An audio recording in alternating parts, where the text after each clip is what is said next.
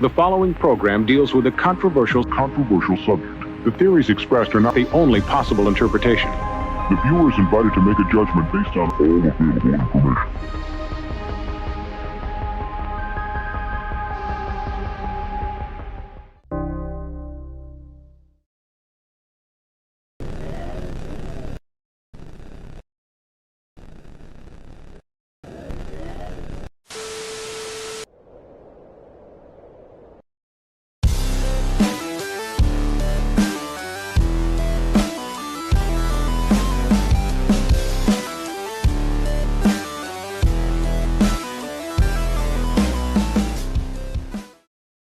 Welcome everybody to another Saturday night, another Modern Comic Mayhem, and yeah, we got a fun show tonight. We got Mr. Longshort in the house, Richie in the house, and of course we'll have more people pop up throughout the night. I imagine tonight's going to be a very interesting show.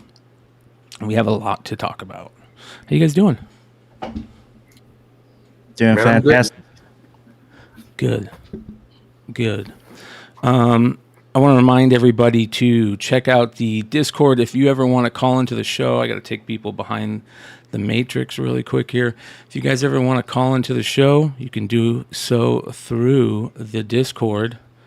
Just like so, call into the or check into the call in live section if you ever want to call in. As a matter of fact, I'm probably just going to drop the link in the chat for tonight and see if anybody wants to show up, because it's going to be an interesting show throughout the night. So let me go ahead and do that. Let's get crazy here. I don't do this very often, but we'll pin this one. We got some very interesting. You know, you guys, AI talk has been at the forefront of a lot of stories lately, but over the last 2 weeks, it's been nuts. It's been absolutely crazy. The amount of AI call-outs, AI grifting, shows talking about it, websites talking about it, social media accounts talking about it. It's getting to that crazy, bubbling point, I think, where there's going to be some serious decisions made on how big, companies handle it. They're going to have to. But so it's very interesting to join. All right. There you go, you guys. If you guys want to jump in, have a decent mic and camera set up, and you're more than welcome to come shoot the shit with us on whatever topic you want. All right, here we go. Interesting FOC stuff. Do you guys want to start the show with FOC? We usually don't do that, but I think it might be smart to run through some FOC books that were out that are on FOC this week. We've been talking quite heavily about the Ghost Rider stuff and all the other shows, and there's a Ghost Rider book that's pretty freaking stellar out there right now. But before I want to do all this, I want to talk about a book that it's very rare that this happens. It happens maybe once, twice a year, where a book will be found, a rare book, and it will make such noise in the social sphere, right?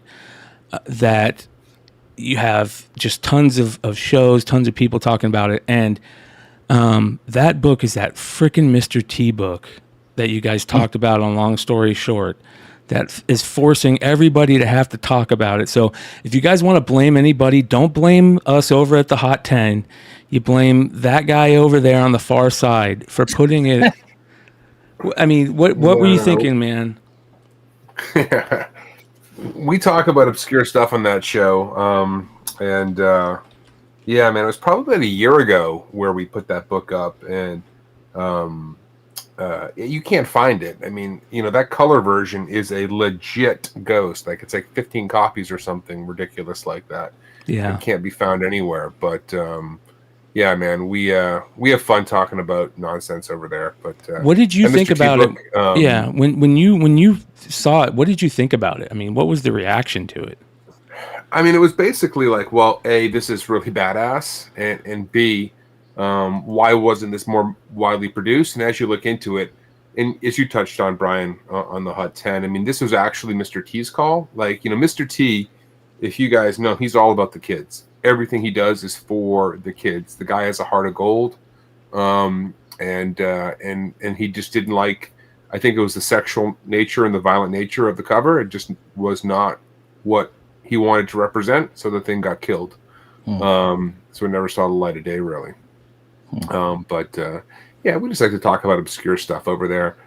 It's a book I've known about for a little while, and obviously I've never found it. I don't think they're able to be found at this point, to be honest with you. Anybody who has one of these things is probably hanging on to it. The sketch version obviously is a little easier to come by, but this color version is gone. I almost want to reach out to Steranko, man. I want to have somebody reach out to Steranko, just not to like get him on a show, or I mean that'd be great, but just to ask him, hey, what's the deal with this? Like, is Steranko going to be at MegaCon or any of the cons coming up? If he is, I mean, he just did a little shitty con near me, like last weekend, like maybe 2 weekends ago. Like there was nobody there, and Steranko was there, like Steranko and nobody else. Yeah, we have to have somebody go up to Steranko and talk about that. It's very interesting, man. Very interesting. I can't remember. I think the book that this either happens with a book in infamy, like there's a bad reason for it, kind of like the Spawn 306 Netherrealm variant, or like this so far is a great story because we're still in that phase of finding out about it. This could have, be sitting in some boxes in Steranko's storage unit, that he quit paying on, that somebody's going to find, Yeah, they may have pre-printed this thing, right? And then they told them, like, don't distribute this. And there are boxes of these hanging around somewhere. Because 15, to run a print run of 15 is not really practical for most printers, right? I mean, probably the goal was we'd have some promo copies and then come out with the release. So yeah, these could be sitting around somewhere. I'd be careful about it. I mean, paying big money for it, but I don't know if you ever see this in the wild. Yeah, probably worth paying $50 for without thinking about it. OJ Pimpson says, "Good luck. Steranko is batshit crazy at this point. Absolute legend, however." I love him, man. I mean, Steranko is right up there with the very best. Yeah. Yeah, that's cool, man. That's super cool. So hopefully we'll find out sometime soon. I can't think of a book like this. If you guys can think of a book that has kind of jumped out of nowhere like this, that is this rare, other than that 306 variant that we talked about in this way, and then a year later or so in Infamy. So it's very cool, man. Good shit. All right, let's get into some FOC talk. Let's go take a look at our boy Lefteros. Shout out to Cover Price. You guys don't miss out on Nearing Nirvana and Long Story Short, both shows that also love Cover Price and utilize Cover Price, and we all are in much gratitude to what they do. It's nice though sometimes, Ben, to kind of find a book that isn't even on Cover Price.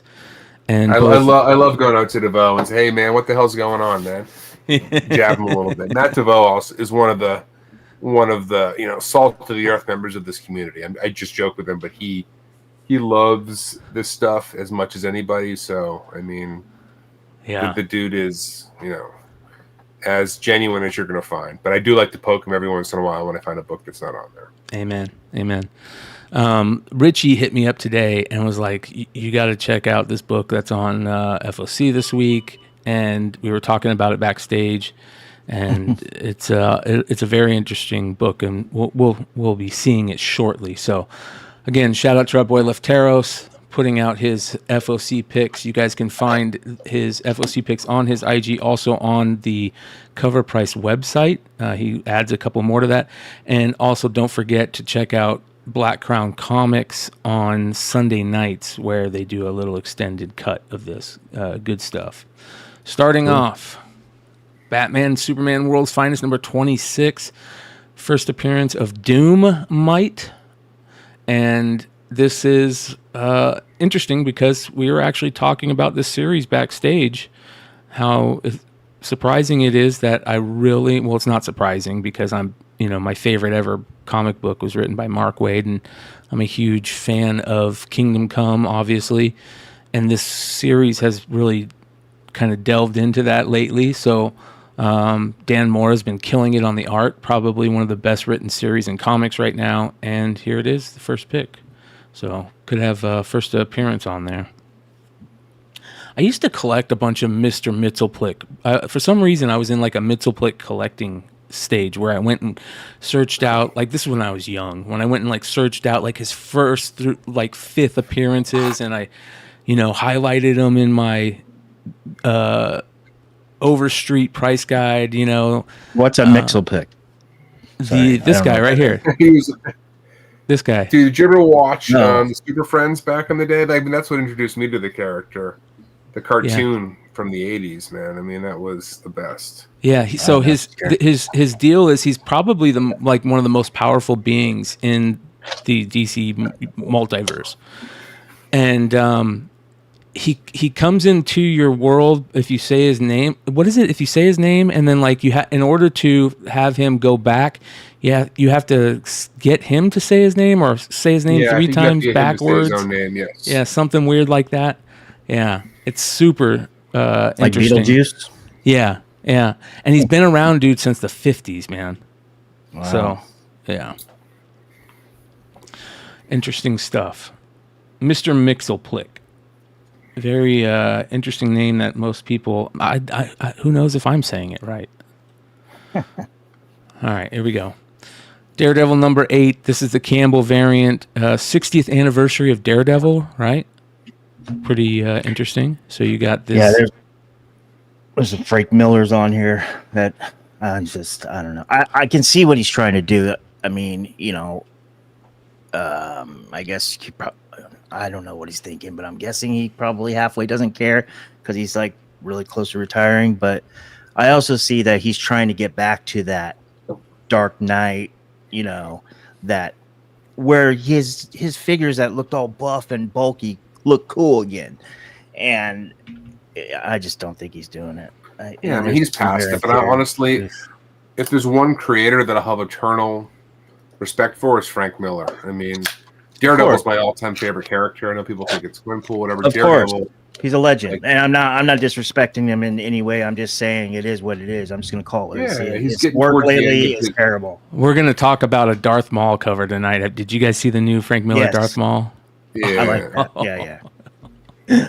Yeah, I mean, listen, God bless him. He's getting towards the end of his game, but I'll always have respect for the man. I mean, regardless of what he's been able to produce right now. But this Campbell, I think this Campbell cover's badass. I mean, really badass. I really like this. Me too. With the trade dress behind him like that, I think it's really good looking cover.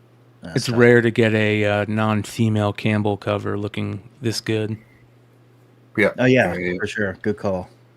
So definitely try and pick that one up. Is this a ratio or is it just open order? I think this is open order. I mean, I ordered it. I'm pretty sure this is open order. Okay. Let me see here. What is that? Cover what? Campbell cover? B? No, I just say like cover B or... okay, so Daredevil, Campbell. Yeah, it's open to order. There you go. All right, so this is the book right here, you guys. Ghost Rider Final Vengeance number 1, the second print. We talked about the number 1 when it came out. It had that gorgeous foil cover that we put in cover of the year contention. That we didn't. I don't think most people realized it was going to be foil. I remember when we first saw it on FOC, and I said, "This cover is badass, and it would look gorgeous with like spot foil on it." And at the time, nobody knew it was foil, and thank God that they did that. I don't think they did spot foil. Did they, Richie? Did they or did they just do silver? I know Leg showed it. It was gorgeous, man. That. Do you know what I'm talking about? I don't know. I don't know what you're talking about. Are you talking about the first print, right? Yeah, the first print, that foil. Yeah, the only ones I grabbed 2 cover A's and I got one of the Capullos. So yeah. I don't really know what the other ones look like, or I can't remember at least. Yeah. But this one, like you were saying, I thought it was interesting because we always say this on the show. If you guys are going to do, if these publishers are going to do these late print 1 in 25 instead of 1 in 50 or 1 in 1, whatever they're doing, these cash grabs, at least put the new character on the better cover.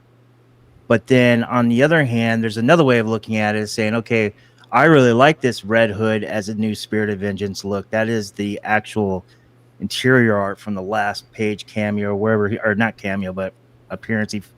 That looks badass. And you look at it and go, okay, well, at least they're giving us the cheaper cover with the cool character on it, right? So that's a good way of looking at it too.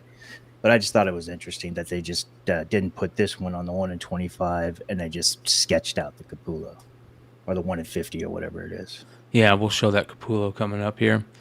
So, second printing, introduction of the Hood as the Ghost Rider.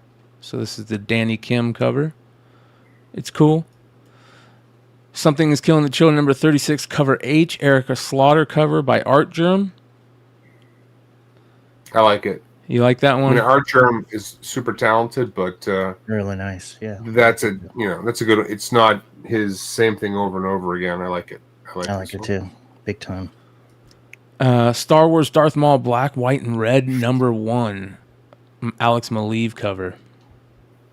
I love Maleev, man. I love Maleev. Yeah, I like Maleev too. There's a variant in here that's really nice. So yeah. Which one? I've got it.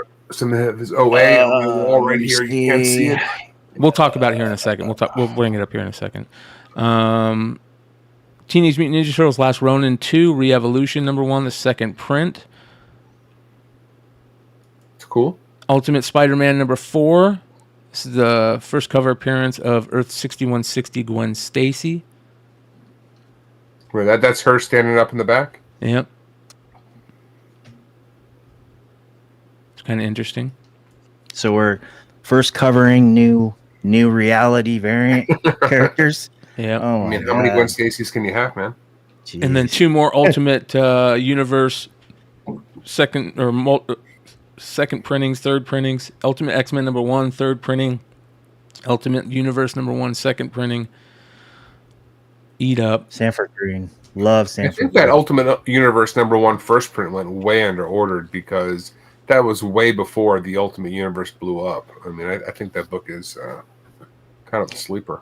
But they were actually like soliciting that Ultimate Universe pretty hard. Marvel was. So it's a good point though. I mean, it did kind of. Yeah, I just don't know if anybody cared. Yeah, at that point. Yeah, that's a good point. Yeah. You got an amazing Spider-Man 48 Peach Momoko Gwen Spider-Gwen. God. Yeah. No. Yeah. I don't think it's that bad. I saw that one up close. It's not that terrible. I'm not the biggest Momoko fan, but that one's not. I don't like when her stuff is like too like thin. Like the faces are too thin. It kind of like creeps up. I don't know. It's just kind of weird to me. Look at this Army of Darkness. All the side this covers. is a good one. I grabbed this one. I ordered this one. I know your love-hate relationship with Sidem. He's just too good. I can't hate him that much. He's too good. I met him at a con recently. He's a very nice guy. I mean, like, he's very personable and spends a lot of time talking to you. And yeah, but I understand your sketch that took a year to get. That was the size of a postage stamp. I'd be frustrated too. Fuck that guy. But he is a gorgeous artist. Gorgeous artist. Can't take that away from him. Avengers number 13.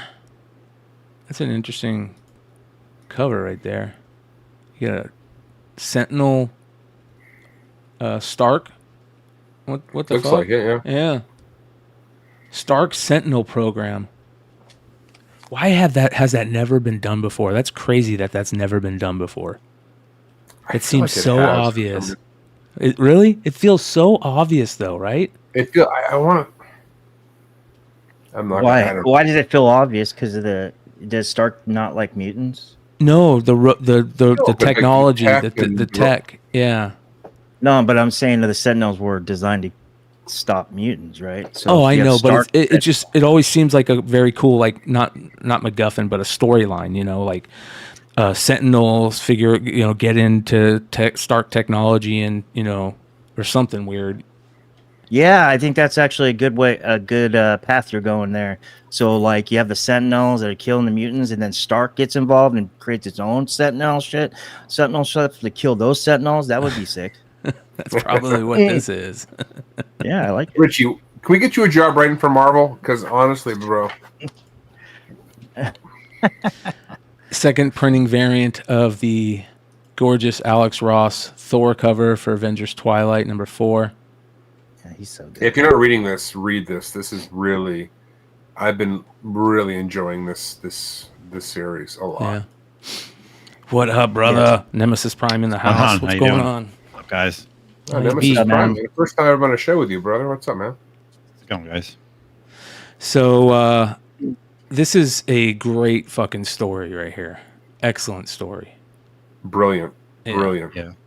I think it actually, I really like the Old Man Logan stuff, and this is the closest thing that's brought, like, you know what I'm saying? Like, Yeah. they're older and that whole. I think this is much better though. So I hope they keep going with it because I don't know what the plan is for that series long term, but I really, every month I look forward to that. That's really good. Yeah. Blade. Blade has a incentive coming up for like what is it, number 6 or 10? Number 10. Let's look at the incentives and see if it's worth picking up because it might be a ghost. I don't see a lot of people ordering it.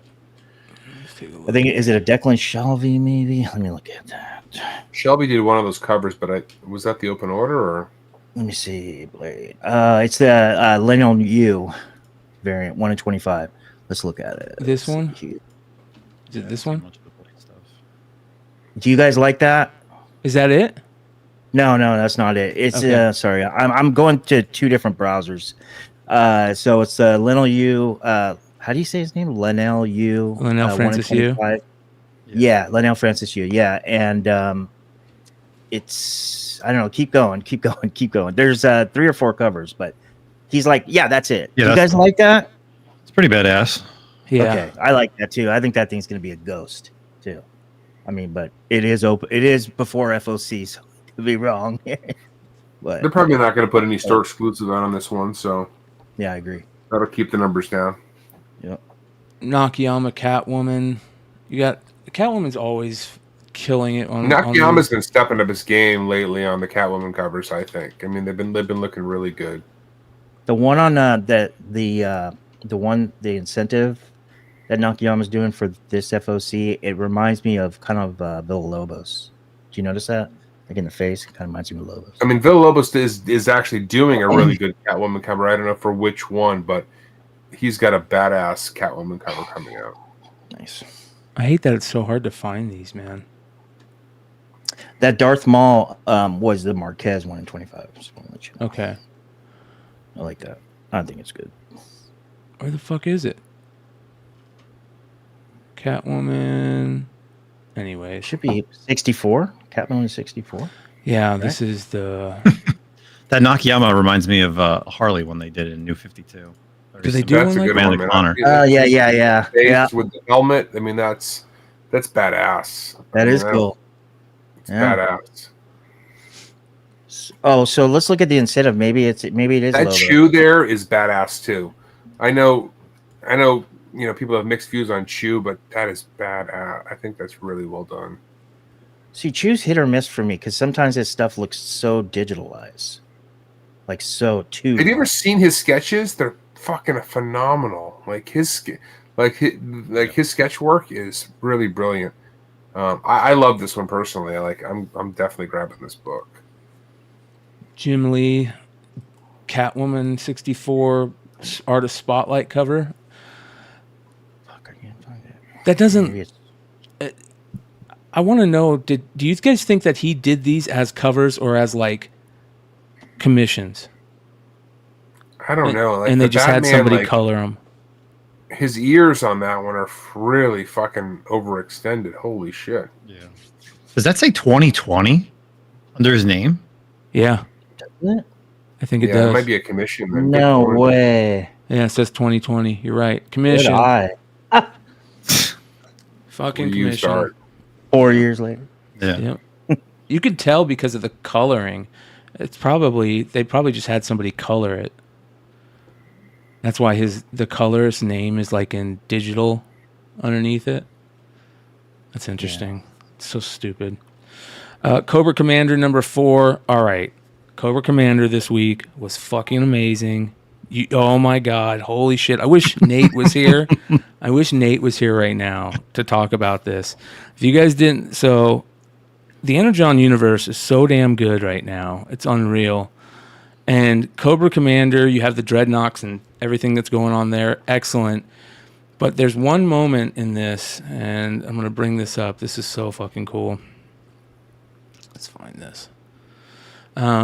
Who's writing Cobra Commander? Just out of curiosity, who's writing it? Justin Williamson? Am I wrong? Maybe I'm wrong. Hold on. Let's see here. Joshua? Yeah, Joshua. Yeah, Joshua Williamson. Sorry. Yeah, Joshua Williamson. Cool. Yeah. So, all right. This shit is so cool.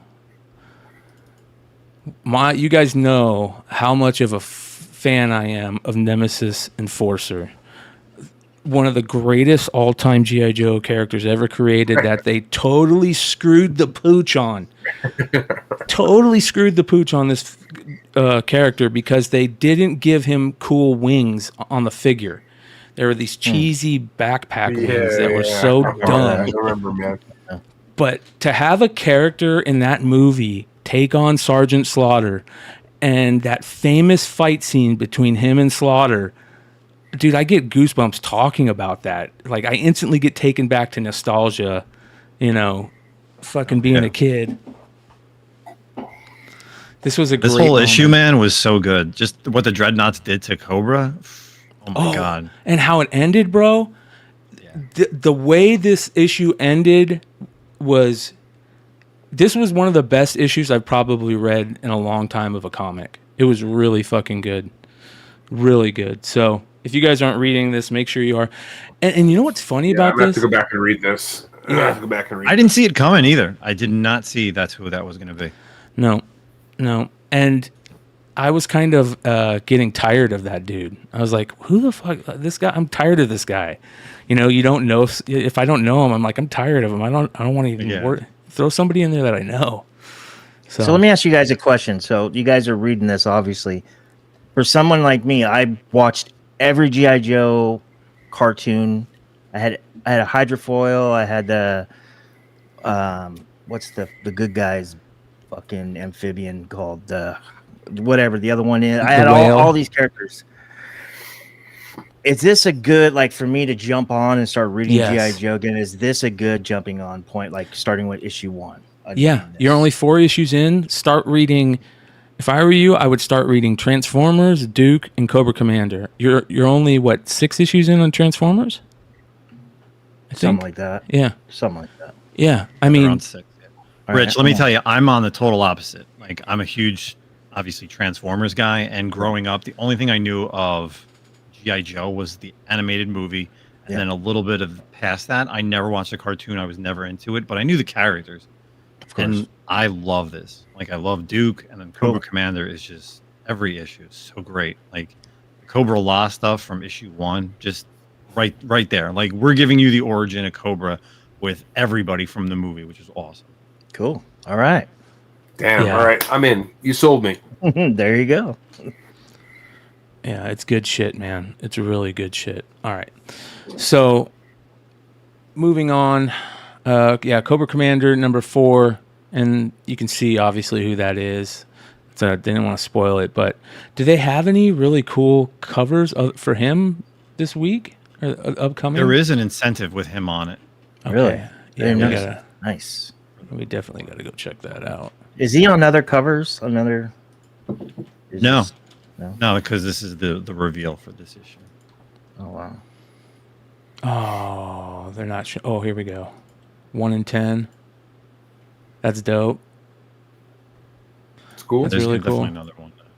And then that'd be a spoiler. That one's really good. Oh, that's cool. Right? Yeah.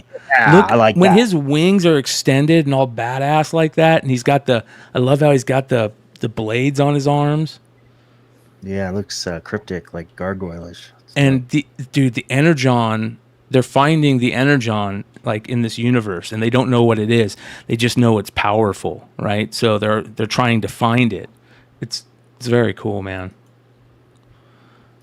Very interesting. Oh, look at that. Holy shit. That's badass. That's super cool.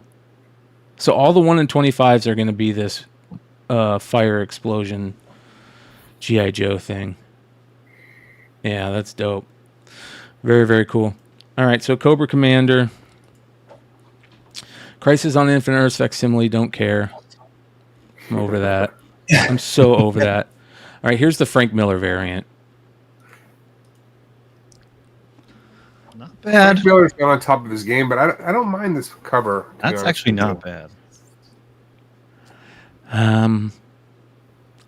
I look at Frank Miller like I look at Kevin Eastman now. Yeah, that's good. Yeah. Yeah. And I feel the same way that you do, Ben, about Frank Miller. It's just hard to see some of the stuff that's coming out. I mean, this isn't as bad as his stuff has been. Like, this is no Wolverine. Right. But Yeah. it's I'm not really- gonna lie. I actually just see a monkey Yeah. sitting there, right? Yeah. Like King Kong, Face. kind of. Yeah, Yeah. just like a gorilla, just kind of. Oh, that's, yeah. Yeah, I see that. Listen, he's one day we're gonna wake up and he's not gonna be with us. You're right. But what he brought to this community, what he brought to comics, for me, can never be forgotten. Like, I mean, he took it to another level. Hey, His don't Daredevil worry, run Ben. was- What? When he dies, they're going to be putting out sketch covers for years to come. Yeah. Fucking A, man. All right. There's the Segovia vampire variant. These vampire variants are hit or miss. Some of them are really good. I've been liking actually on the margin. They're better than they are bad. To be honest with you, I didn't think I was gonna like them, but they're not too bad. I think I the like Campbell this- cover's the winner of those. I like this Darkstalkers blank. Darkstalkers is Yeah, that such a Jetta. yeah. That fan Panzer favorite. cover is badass. I like that a lot. I like all the one shots they've been doing for the Darkstalker stuff. Yeah, this is going to be a spec play in the future. What else do we got? Dick Dan Tracy. Quintana up there. Dan Quintana, you just scroll up real quick for that Day Runner right there on the left, all the Mhm. way. Quintana, this isn't his best, but the dude is a super talent. Like Yeah. some of the stuff gets washed out when they put it on like the color stuff, but this dude can out crush it.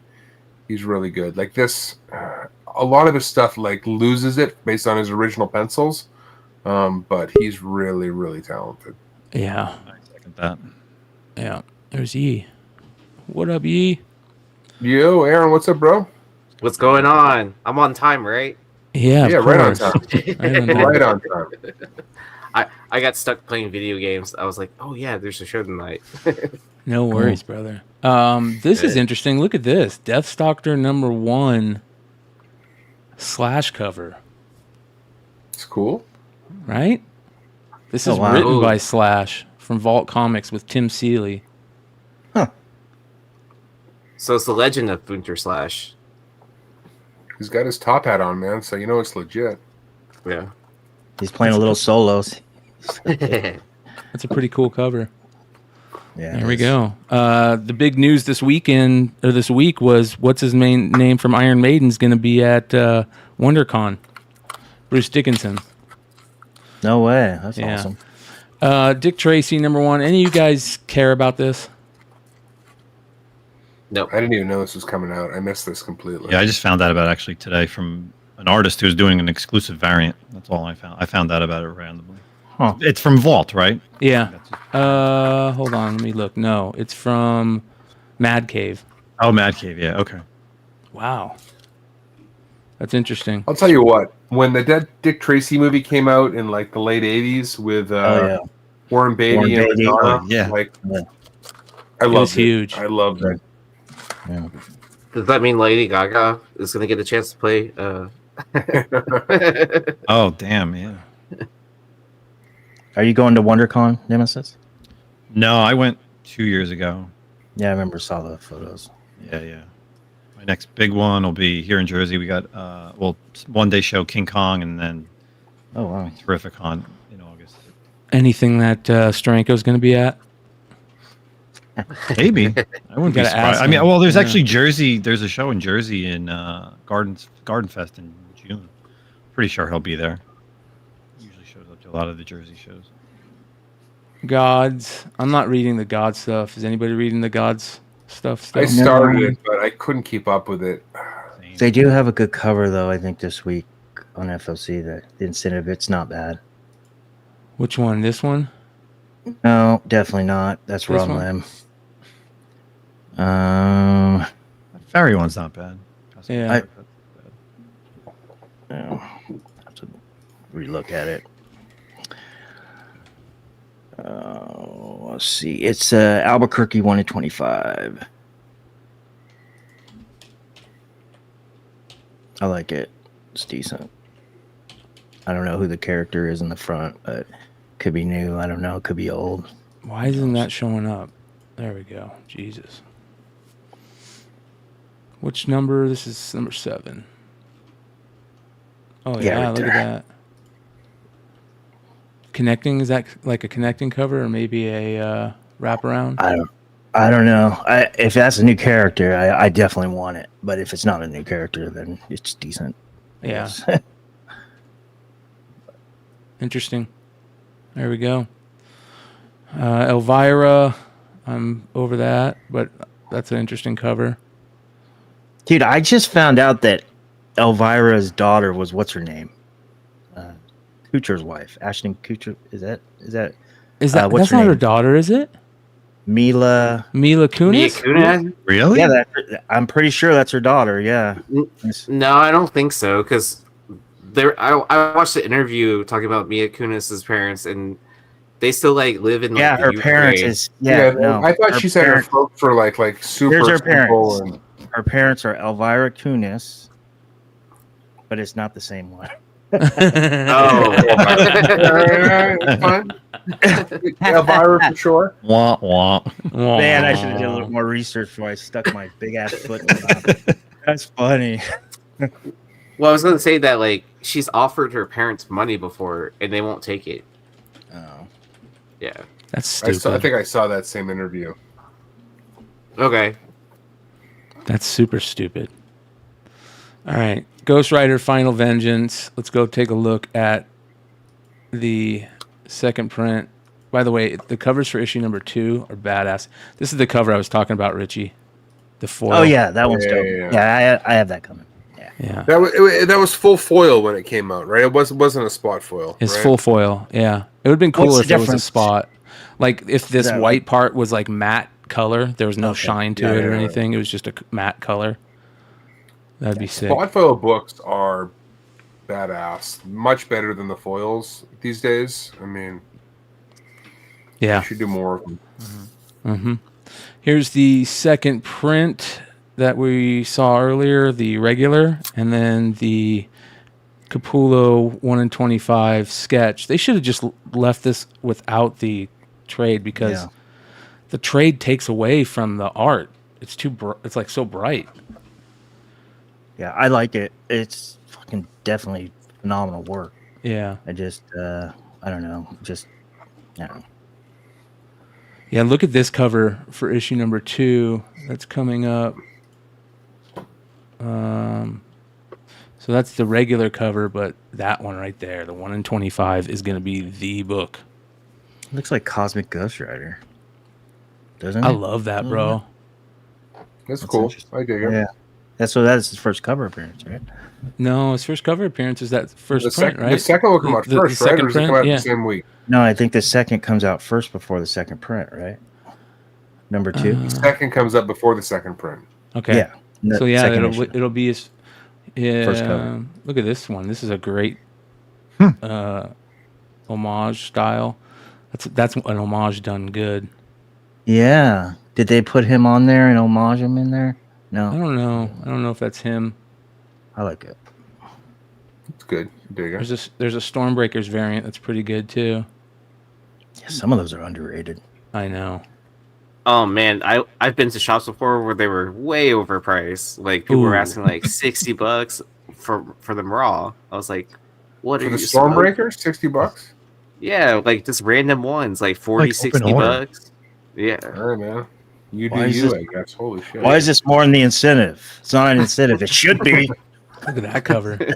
That's gorgeous. That's pretty cool. I dig That's this one. badass. Yeah, me too. Yeah. That is beautiful. Is this a ratio or is this open order? Oh, This one. that's the A cover for number 3. That's the A cover. No shit. Here's the LaRocca variant for it.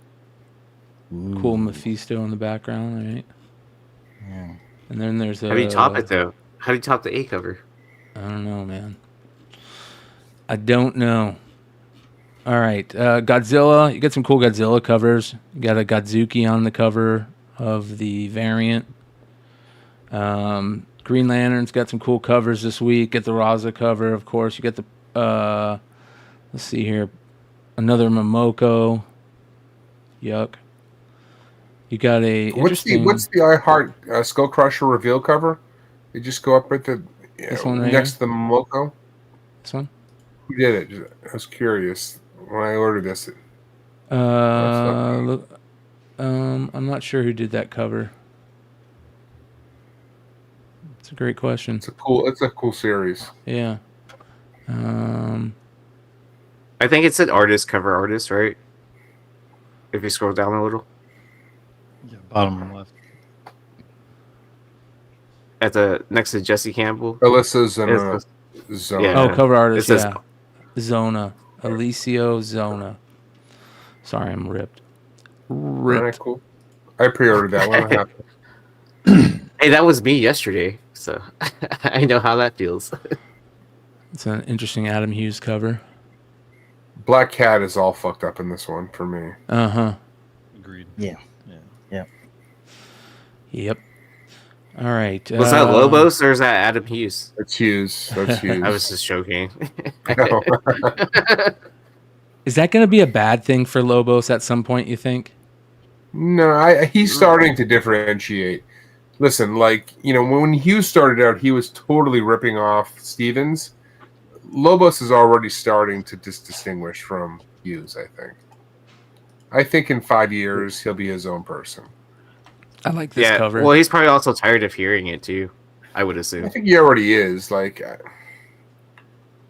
fact that Hughes didn't inspire someone to be great is kind of crazy, right? I mean, he's arguably the top artist of our generation. He's going to inspire people to do things. So, Yeah. I would hope so. Right? That's a interesting Nightwing cover there.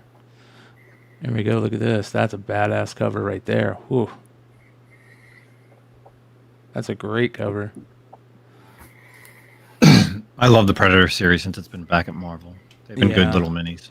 Oh, really? Okay. Yeah, they're continuations. So so this is the third storyline, and it's a continuation, and it time jumps, and it's all included in our normal universe from the Predator 1, with Arnold, and then the second one, and then the Adrian Brody one. It's all in that same universe. So That's talk awesome, about dude. it. Hell yeah. I love those movies. Rise of the Powers of X. Let's take a look at I didn't see this. That book. Or at least that cover of that one. Is this Hickman? So there's the Nakayama. Oh, that's the Dazzler. Okay. I don't like that. I don't like that. There's the 1 in 100 You didn't- Silva variant. That's interesting. Right? Nuclear war. Yeah, that's weird for 100. That's devastating. Jesus. Yeah. 1 in 25 Chad Harden. That's a good cover. I love that character. That's good. And then the 1 in 50 Derek Chew. That'll be a hit. Yeah, definitely. That's nice. She should be blowing a bubble, though. I don't know. I was just about to say that. What the fuck? She looks like there's something off there. What's going on? Yeah. Oh wait, I closed it. Why did I close it? Let's see here.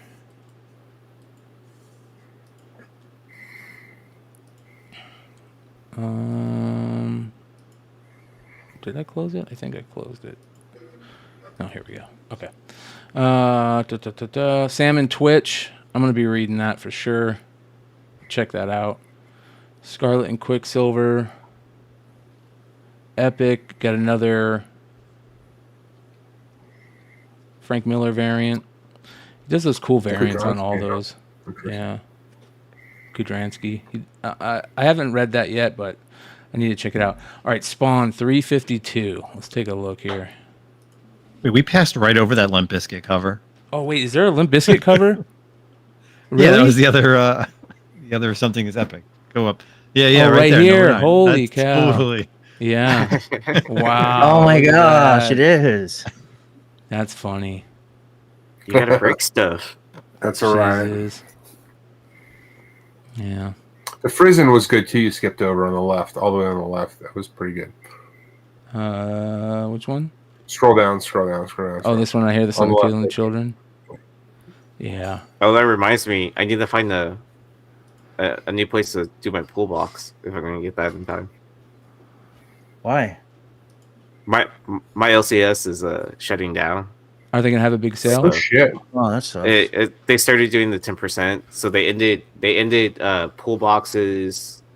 I think like a couple weeks ago, and then they are doing 10% off right now. So I'm gonna wait until You're shutting down completely. It's game over. Yeah, That sucks, man. I'm sorry. it's like they've been in business for like 7 years, something like that. 7? Yeah. Yeah. Spider-Punk. I don't think there's a good. I mean, this cover's not Dude. bad. Fucking A, man. Don't get me started on Spider-Punk. And fuck the bubblegum covers. Dude, like this series should be a slam dunk, and they just fucking shitting all over it. It should be as easy as fucking pie to write that, and fucking A, man, it pisses me off. Sorry. Yeah. Oh man, I might have to throw my hat into the ring to write a story. I fucking love punk rock. It's like my life, you know. I love comics. Like, this should be a layup, and they fucking put Ziggler on this fucking thing, and he's just faking the whole goddamn thing the whole time. Anybody Didn't on this Ziggler do panel? the last one? Yeah, he fucking did the last one was Dude. fucking terrible It was too. horrible. Yeah, for sure. Sorry. They just need to get like Sorry. I Henry don't need to get Rollins. pissed off. No, you're right, bro. It No, should have been a layup. Yeah. Yeah, Yeah, they should just should get have like reached Henry out Rollins to, to write it or something like that. or even like, Dude, anybody what's his who name knows from they My can Chemical actually, Romance? appreciates it's all cliches and a bunch of fucking bullshit. It Yeah. sucks. it should be easy, just tons of puns. Like Richie, fucking A, man, you were in the fucking scene too. You should speak up, man, bro. You played bass in this fucking scene. Aaron, like, you fucking guys should be more pissed Anybody off on than this me. panel could write this book better than Cody Ziegler could write this book. I Because he doesn't fucking care. He never cared. Like, he's just a fucking dude doing a thing. Like, whatever. We're getting very sure, close to drama alert territory, ladies and gentlemen. We are getting very I'm sorry. I'll close. shut the fuck up. I'm sorry. No, you summed it up. It pisses You me off summed it up because it perfect. was a layup. It was a fucking Yeah. layup, and they fucked it up. Yeah, you Beyond a summed it up layup. Yeah, it was a slam dunk, dude. That's pretty sad, that's for sure. All right.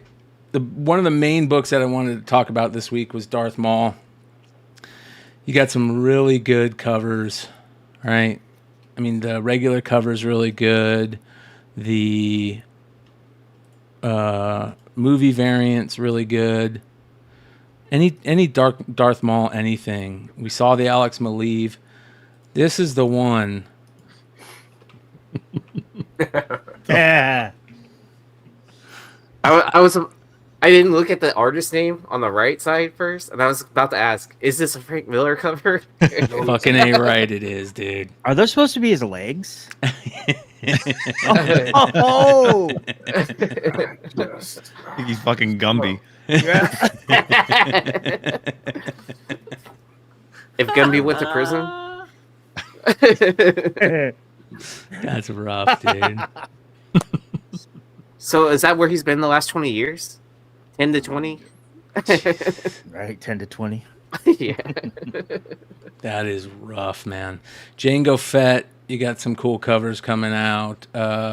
Superior Spider-Man, you got an interesting Stormbreaker cover. Superman, that's a cool Fumi era cover right there. I mean, this is really cool. Yeah, that's cool. Right? I always liked Brainiac. I thought he was a cool character.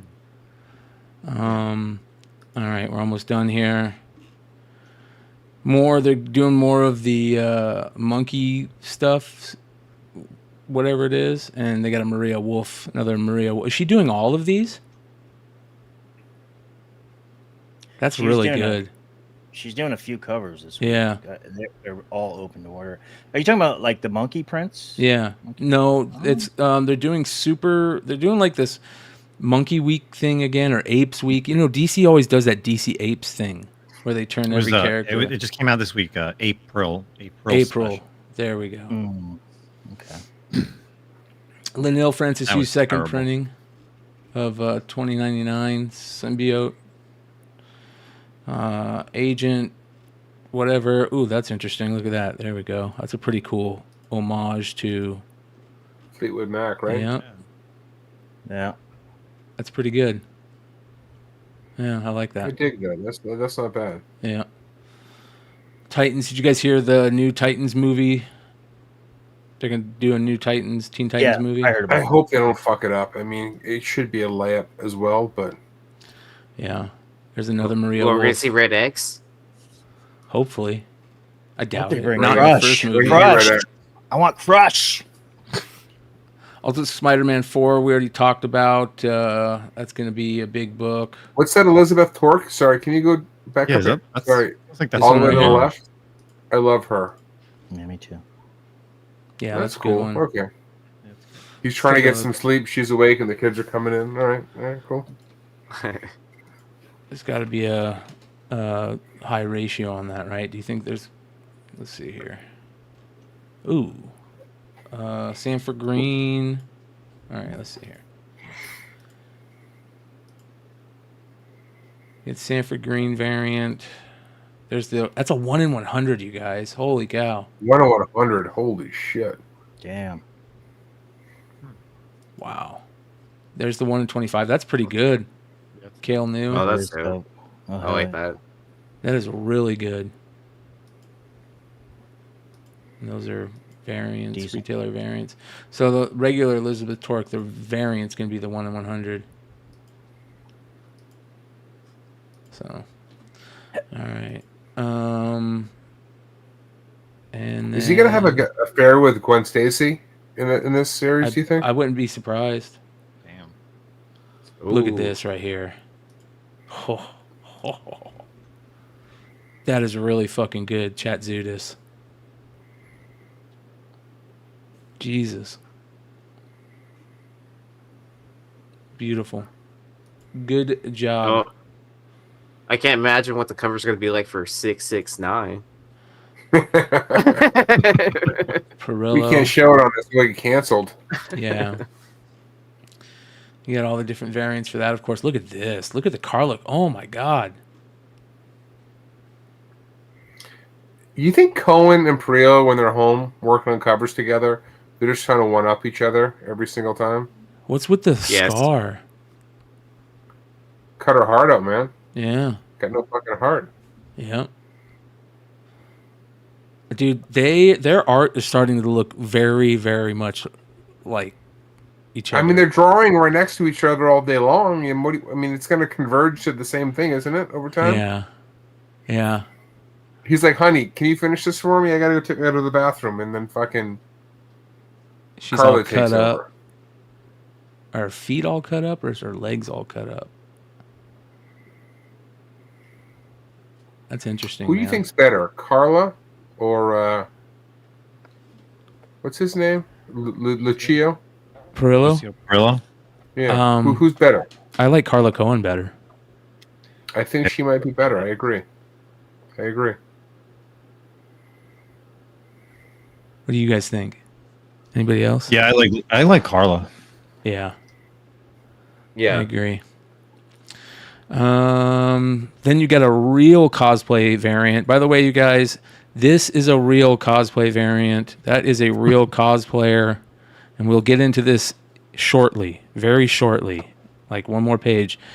And we are going to talk about this heavy tonight. This is a real cosplay variant. You got a real cosplayer on Person there. dressed up in a costume. Yes, Is that fair to say, Brian? that's exactly what I'm trying to say. I have some local comic book drama to warm us up before that.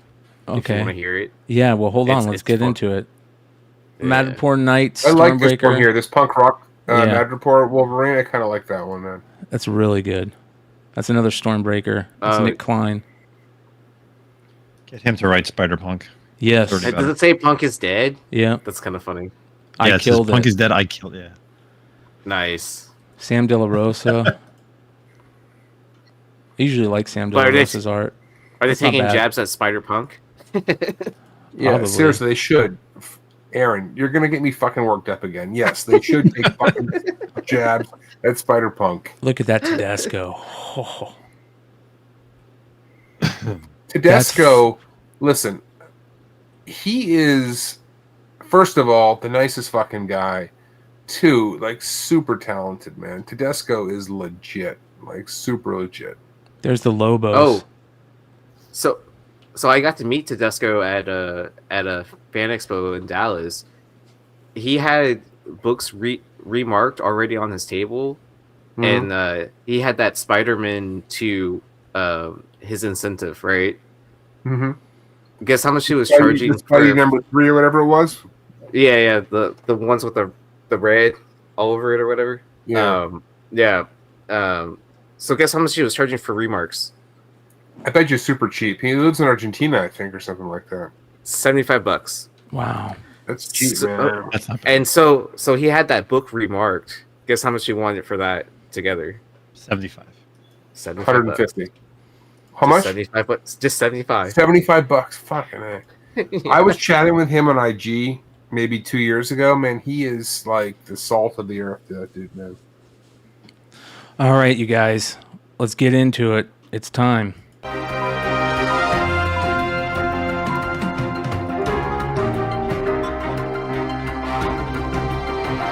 What is up, Rumbler?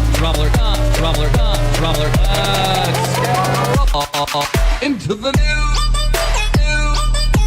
Into the news. Oh boy.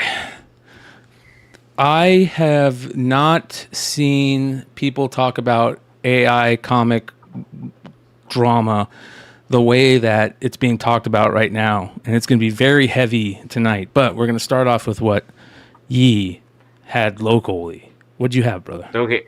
All right. So I have left the names out of this. I do To have protect the screenshots innocent?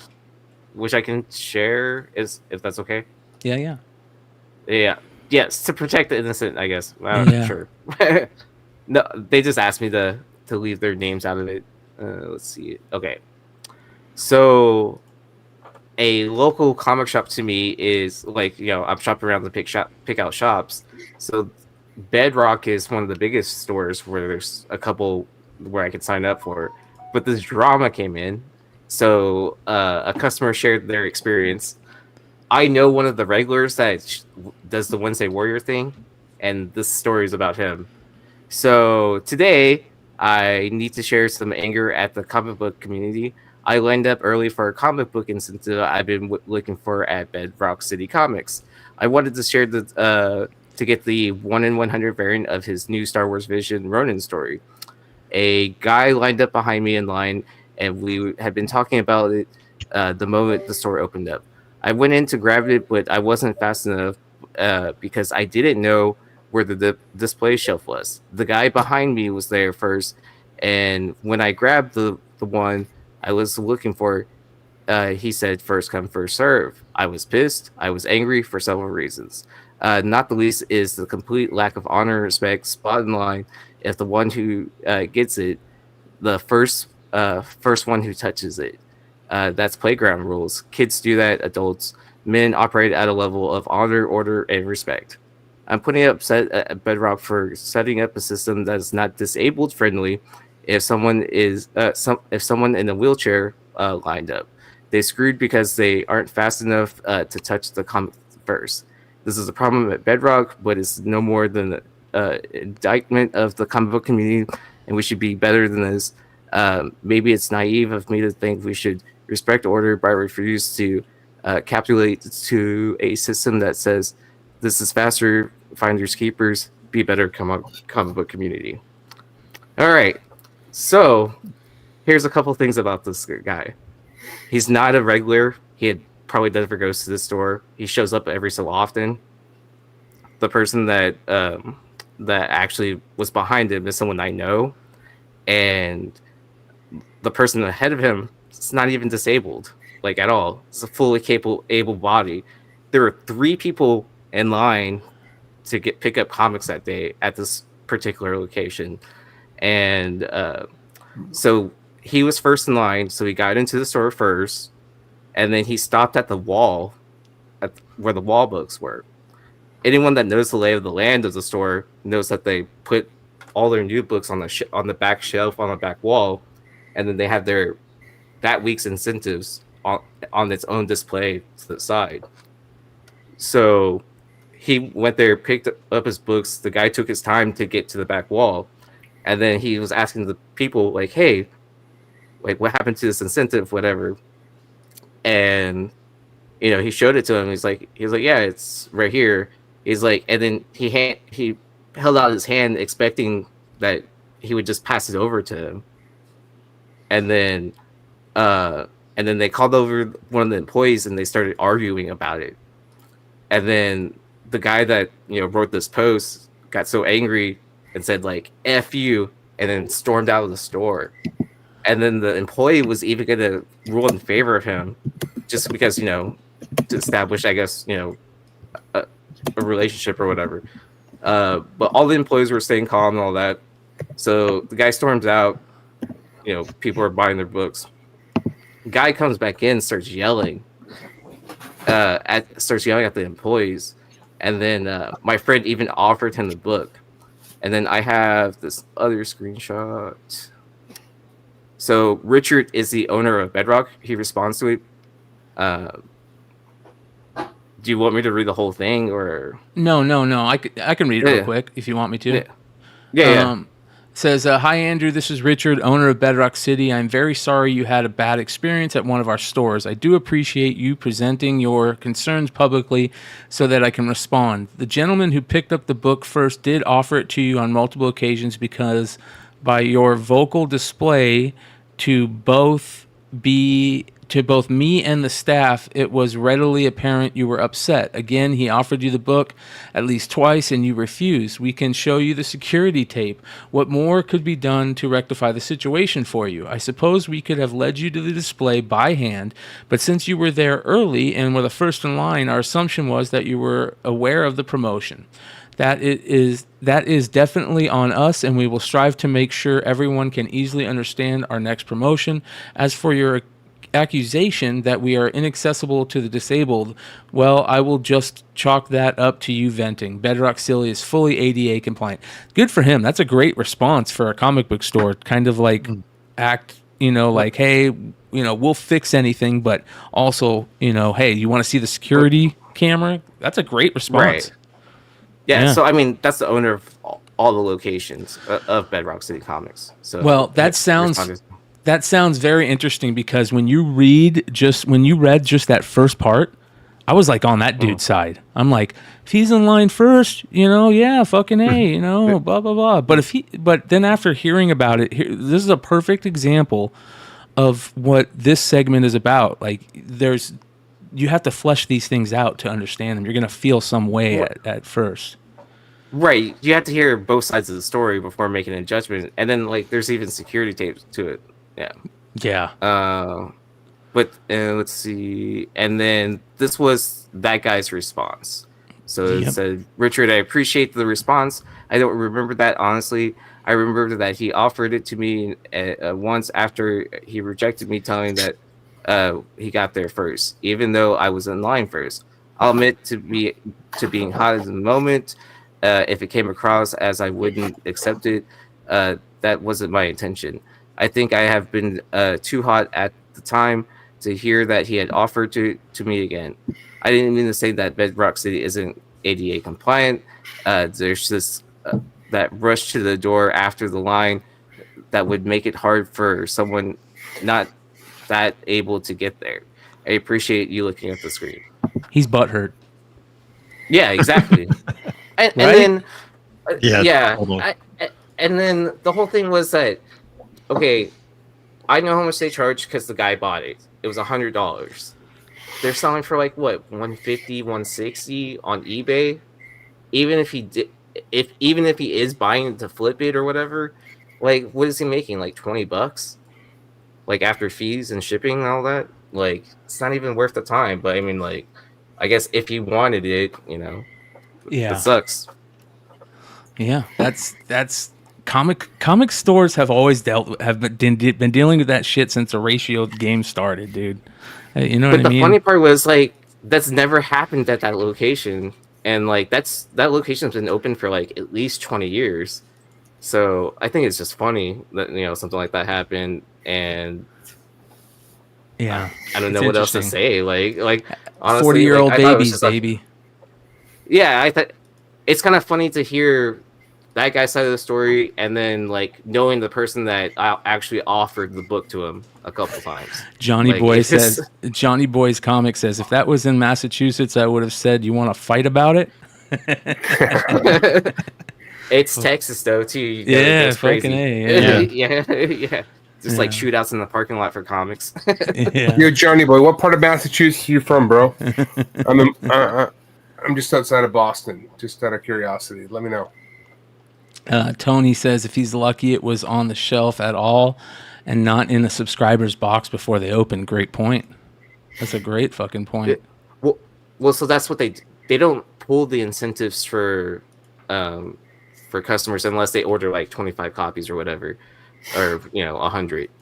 Like, so it's Cool. it's a first come first served basis Wednesday morning at 10.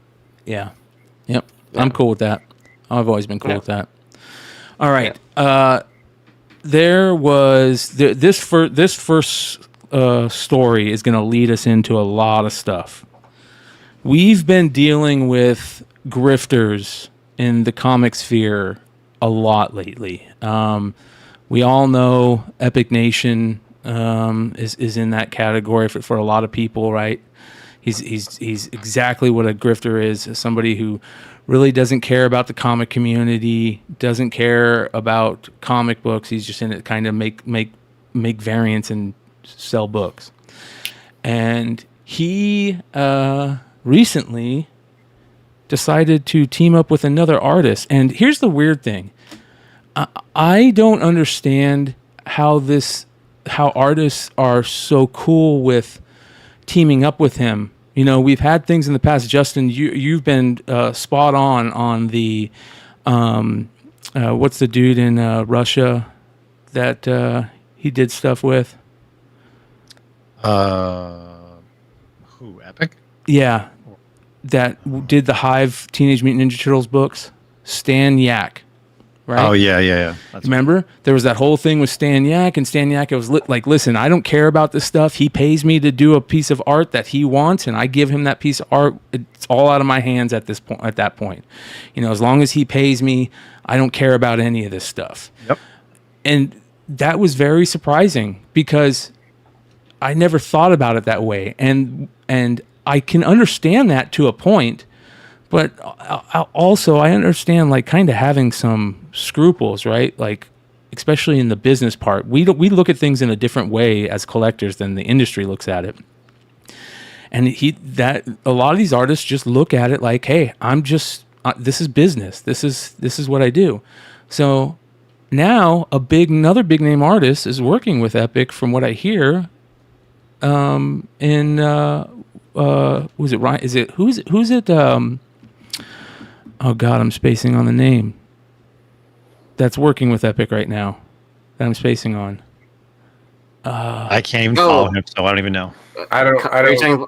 talking about Kyle Willis? No, Kirkham. No? Yes.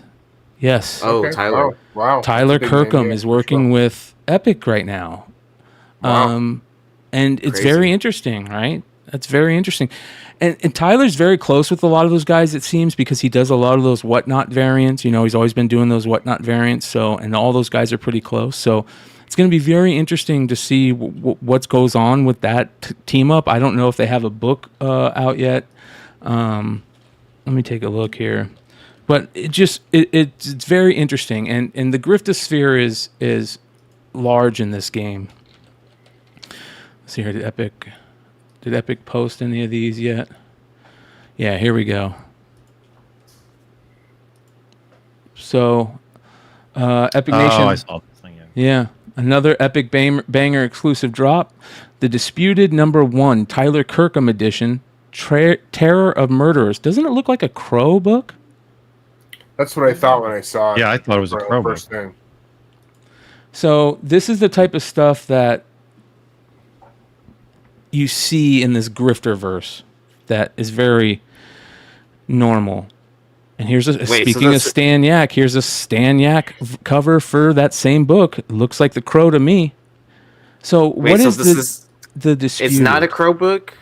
This is not a Crow book that you're doing it for. What is it? No, this is another perfect example of the cosplay variant. That's how they get around with this. All right, the Disputed comic book. What is it about? Here we go. Look, they even put Crow in the Crow variant title. In the title. Story. The disputed territory started with a map. A few years ago, I decided to draw a map of the Republic of Texas.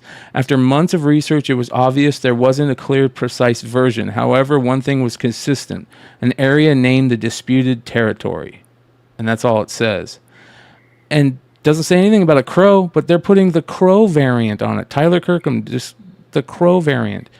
This is the type of stuff that is not, there we go, sold out. You know?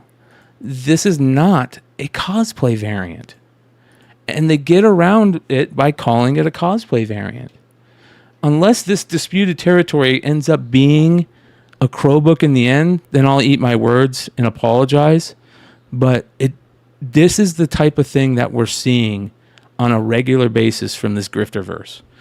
And we had a big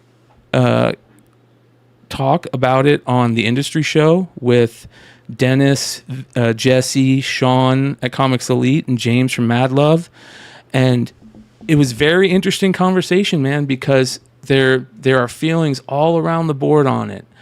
And I don't know how are we just being art snobs when we complain about these? You know what I mean? Like, are we just being haters when we complain about these? Or listen, I don't hate it. I don't like it. I don't love it. I don't have an opinion of it. I don't hate it. But let me put it this way. What is it? Air Pirates #1, right? It's a book you like, Brian, right? Yes. Right. That is a ripoff, a complete ripoff, right? Disney stepped in and said, enough, stop it. But it's kind of a cool book to have. So I don't know. Like, people are trying to kind of make a go of whatever they can to keep in business. And this is what America is about. I don't love it. I don't hate it. It's just kind of part of our hobby, right? I don't own a lot of this stuff. I get what they're doing. But to me, like, it's been going on a long time. It's been going on a long, long time. And, you know, when Polito steps in and stops it, Polito, right, he is basically, listen, I love, like, Lady Death's a great character, but let's be honest, he is just selling covers through variant artists. So he steps in to stop it because anybody who tries to encroach on that, he knows what they're doing and he needs to put a stop to it immediately. When Marvel and DC or any of these other publishers let it go, is because it's probably inconsequential to the number of books they're selling, is my read on the situation. And I'm not saying it's right or wrong, it's just my read on what's going on. Polito stops it because, listen, selling Lady Death covers from artists is his bread and butter. The guts of those books, yes, there's a story in there, but I'm not trying to be a dick, but let's be honest. Like, there's not. I've read a few Lady Deaths, and there's not a lot of story there, for me anyway. So it sounds like maybe this could be a Crow book. A familiar ghost has entered the disputed territory, and a murder of crows is followed. If that's the case, then I apologize for bringing this up. But it just didn't seem like it. And again, it made me question, if it is, are we just being haters? Are we just trying to find a reason to hate on these people? Now, I get it with Epic. Epic, his name has been brought up in multiple issues over the last year, but people still buy with them, and people still spend a ton of money on them. And another perfect example of that is you brought it up, Kyle Willis.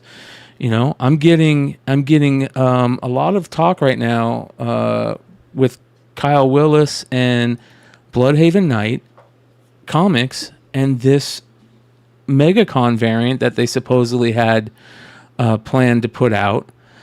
This is Uma Thurman, 100%, right? I mean, this is an Uma Thurman from Batman years ago, right? Am I wrong on this one? Not only is it a complete copy, it's a complete copy Photoshop job of this guy's art.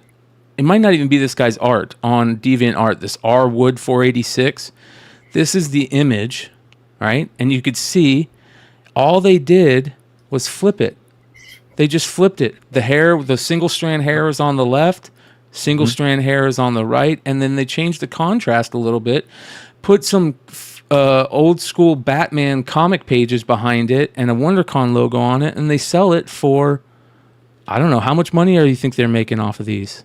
Yeah, but if you're buying this, you're a dumbass. I don't know if you're a dumbass, but like, if you can't see, if you can't see what this is in 2 seconds, like, all right, whatever, man. A fool and their money will soon part.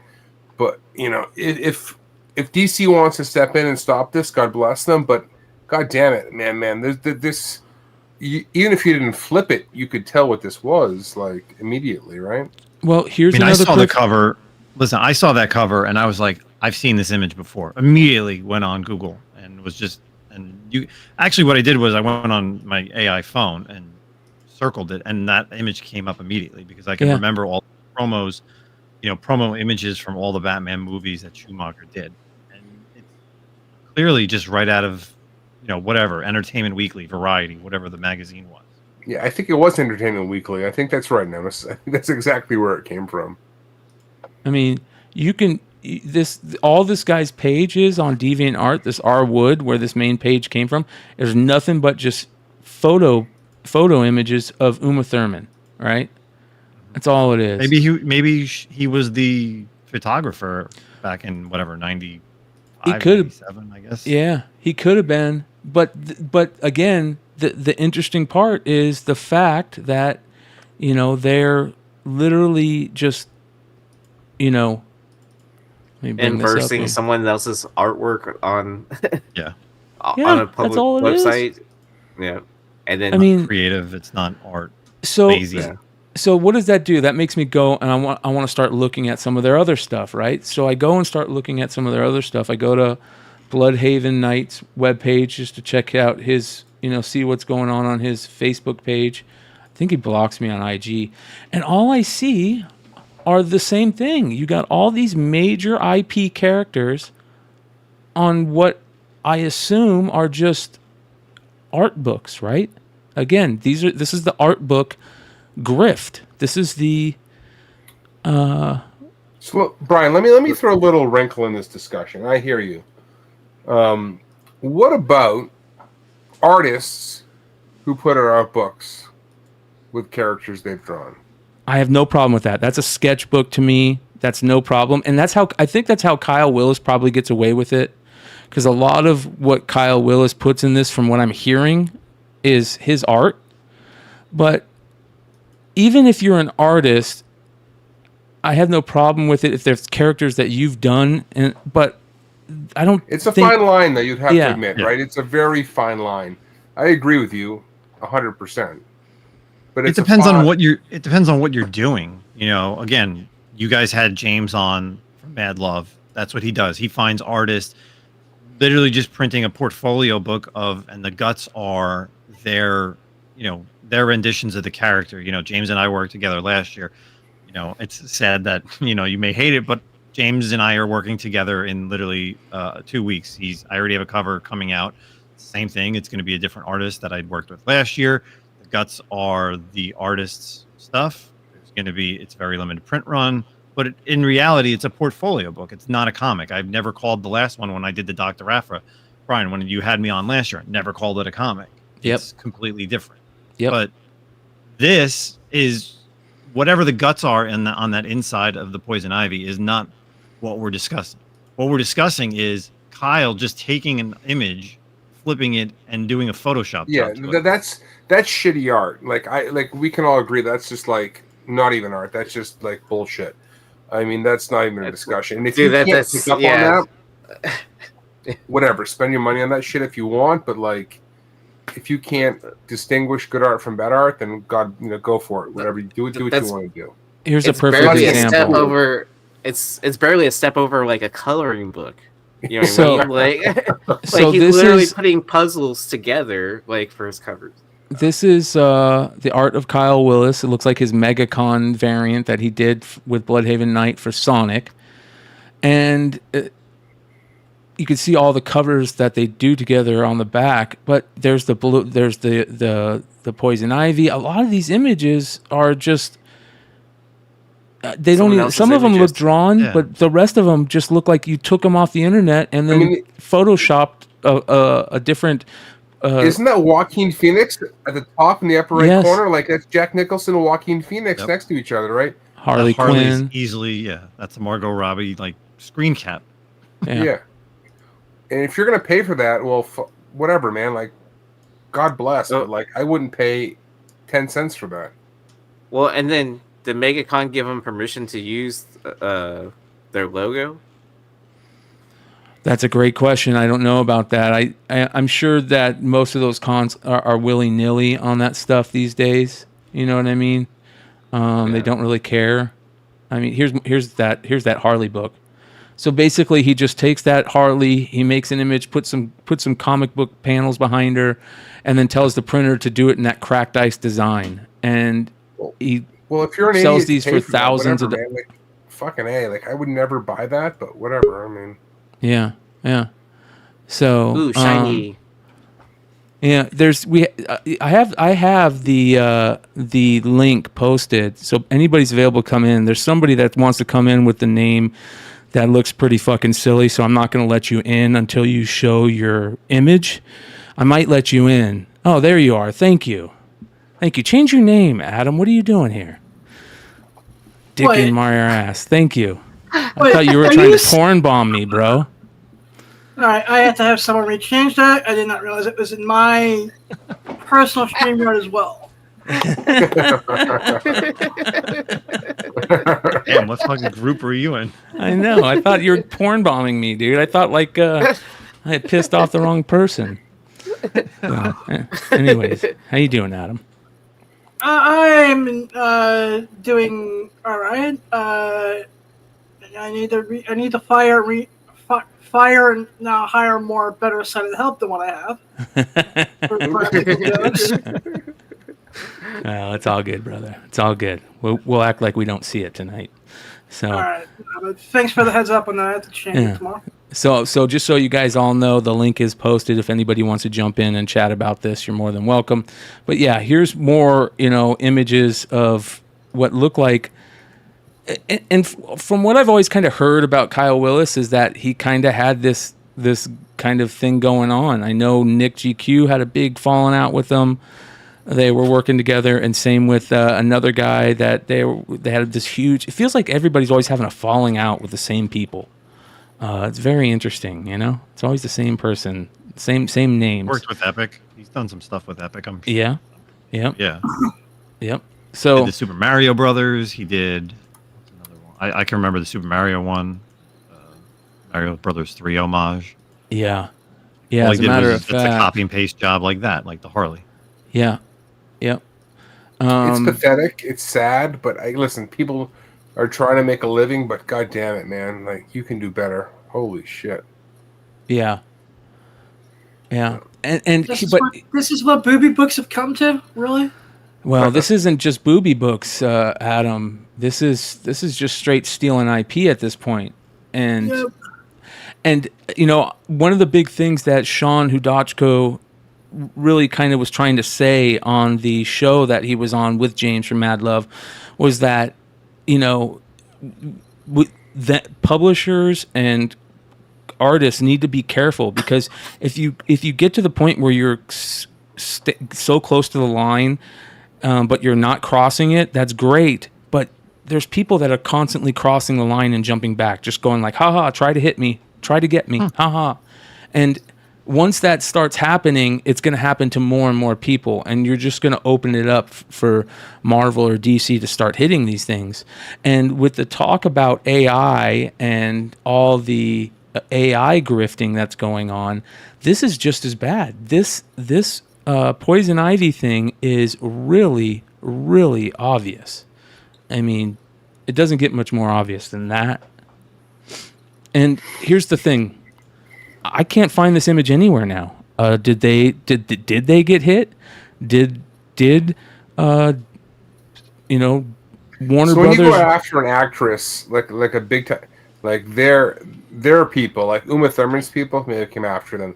Like DC may not give a shit because whatever, it doesn't move the needle for them. But Uma Thurman's people may say, you know what, we're coming after you for this one.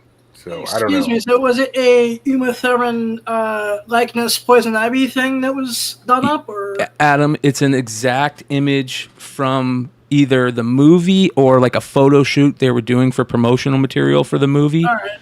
And it's basically what they did is they took that image, they put it in front of some old Batman comic pages in the background, and then basically flipped it so, you know, it doesn't look exactly the same. You have to realize they flipped the image, inverted it, and then they kind of almost like they maybe threw it through an AI. So this is why I'm bringing this up in this episode mainly. If you remember, in that same episode with Sean and James on the industry show where we talked about the art book and AI art, Sean had mentioned that one thing that a lot of these artists are doing, or these so-called artists, I call them grifters now, they're basically taking their art or any art that they find that they want to use, and they're throwing it through an AI. There's like these AI art things that can like touch up an image and make it better, you know, and it still carries most of that image, but it'll like, you know, make it look a little different. And you can see that's kind of what they did here with the images on her face. It's like almost like a drawn filter that they put it through, if that makes sense, where it almost makes it looks like it's drawn by, I don't know what you would call that, crayon or marker. Yeah, it's almost like a paint job. Yeah. Now, here's the thing. Is this something that he drew and just decided to make it look that real? Then again, are we just hating? Are we just being haters? I want to see it. I want to see the work, you know? So what I've been told, and I'm not going to name names, but Blood was getting a lot of hate on this, obviously through my post and through your post, and he took it down. Really? Yeah. Interesting. Yeah, dude. If you guys didn't see Justin's post on this, go check it out. As a matter of fact, we're going to play it because it's fucking excellent. I'll get hit by a copyright strike, most likely. And then after that, I dropped a link into the private chat. We'll talk about it. Okay. Yeah, this is excellent right here. Where is it? The Poison Ivy thing I did as a print would blows this away. Hold on, let me do this. Here we go. From Chasing Amy, brilliant. I ink it, and I'm also the colorist. The guy next to me draws it, but we both came up with the characters. Next. Does that mean you ink it? Well, it means that Holden draws the pictures in pencil, and then he gives it to me to go over and ink. Next. So basically, you just trace. It's not tracing, all right? I add depth and shading to give the image more definition. Only then does the drawing truly take shape. No. You go over what he draws with a pen, all right? That's tracing. Not really. Next. Hey, man. Let me ask you something.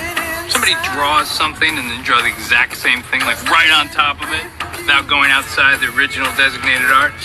What do you call it? I don't know, man. Tracing? Classic, dude. That is. Can I just say, Kevin Smith back in the day was brilliant. Brilliant back in the day. He was a different Not person. today, but back in the day. Yeah. It's because he was punk rock back then. Yeah, fucking A. I think we started there. All right, so here's the image. Look at that. Yeah, literally, if you just go on eBay, there's all. That's not the spit. That's not exactly, but that is the photo shoot. That's Yeah. Look at that. Yeah, that's all that they're doing now. And here's the thing: they're gonna, even if they're not doing this and this is AI art, like they're trying to do it through AI art and hide it not as AI art. AI art's gonna start being easy to find because they're going, and this is where they're finding the images from, right? And speaking about that, Like draw this or something? Speaking about that, the accusations over AI art in comics over the last couple of weeks have been hot and heavy, and now multiple web pages are starting to take note. This is from Bleeding Cool. Says accusations over DC Comics artists using artificial intelligence mount. Lots of people are against AI in comic book creation. Here are 3 recent examples. He talks about the Spawn allegations. He talks about the Andrea Sorrentino allegations, and then there's new allegations. So, you guys, we talked about the Sorrentino stuff the other week. This is obvious AI art at this point, right? I was so random in that issue too. I was reading it, and then I got to that page, and I'm like, "What is this?" Like, it came out of nowhere. It was bizarre. You can see the art change very evidently too. I mean, that is what kind of made him do this. Oh, look at that. Jesse, what's going on, brother? How you doing? Jesse's, are you in town? Can you hear us? You guys were talking about fake books, and I'm in Arizona. Oh, I nice. bought a collection blind. And I'm getting an echo here. All right. You might need to leave and come back. Yeah, do that. All right. So this is interesting stuff. So these are some of the images that were called out. Now, it says here, this is coming from one of the people on Instagram that were talking about it. I forget the guy's name. We pointed it out last week. But he says, this image in particular feels like a prompt. It's been modified to look Joker-ish. Why the washboard abs, the ripped jeans, and sneakers? Hardly screams Joker. Smart move hiding the hands, though. And they hide the hands in these images because AI has a hard time with hands. Right? So that's why you don't see the hands. Say it used to have a hard time. I think it's figured it out. Really? I mean, some of the stuff I've seen recently, I don't think the hands are a problem anymore. Well, yes, like 6 months ago, for sure. His response, Sorrentino's response on Instagram is interesting. Look at this. He puts up his work. He's showing his work of that image of Joker in the water. Now, here's what's interesting about this. And if I would have seen this before that industry episode, I would have immediately said, okay, he's in the clear, right? But look what he starts the image with. Isn't it kind of easy to go back into Photoshop and kind of do what you do and say, hey, look, here's my work. I'm showing my work. He's just kind of redrawing this image. This looks like what he started with. It's his base thing. He starts putting stuff over it. He didn't show him drawing this. I want to see you drawing that base image. I don't want to see you just putting tones and stuff in it. But he's inking, man. He's digitally inking. Okay. I don't know. Am I wrong? Tracer. I was just fucking around. Fucking Tracer. Yeah. Yeah, I don't know what to think, man. It's very interesting. It's a. I mean, because what if that was like a hand drawn image originally as the base, and he like scanned it into his computer? Yeah. To digitally work on it or something like that. That's what I'm saying. Like, he could have done this after.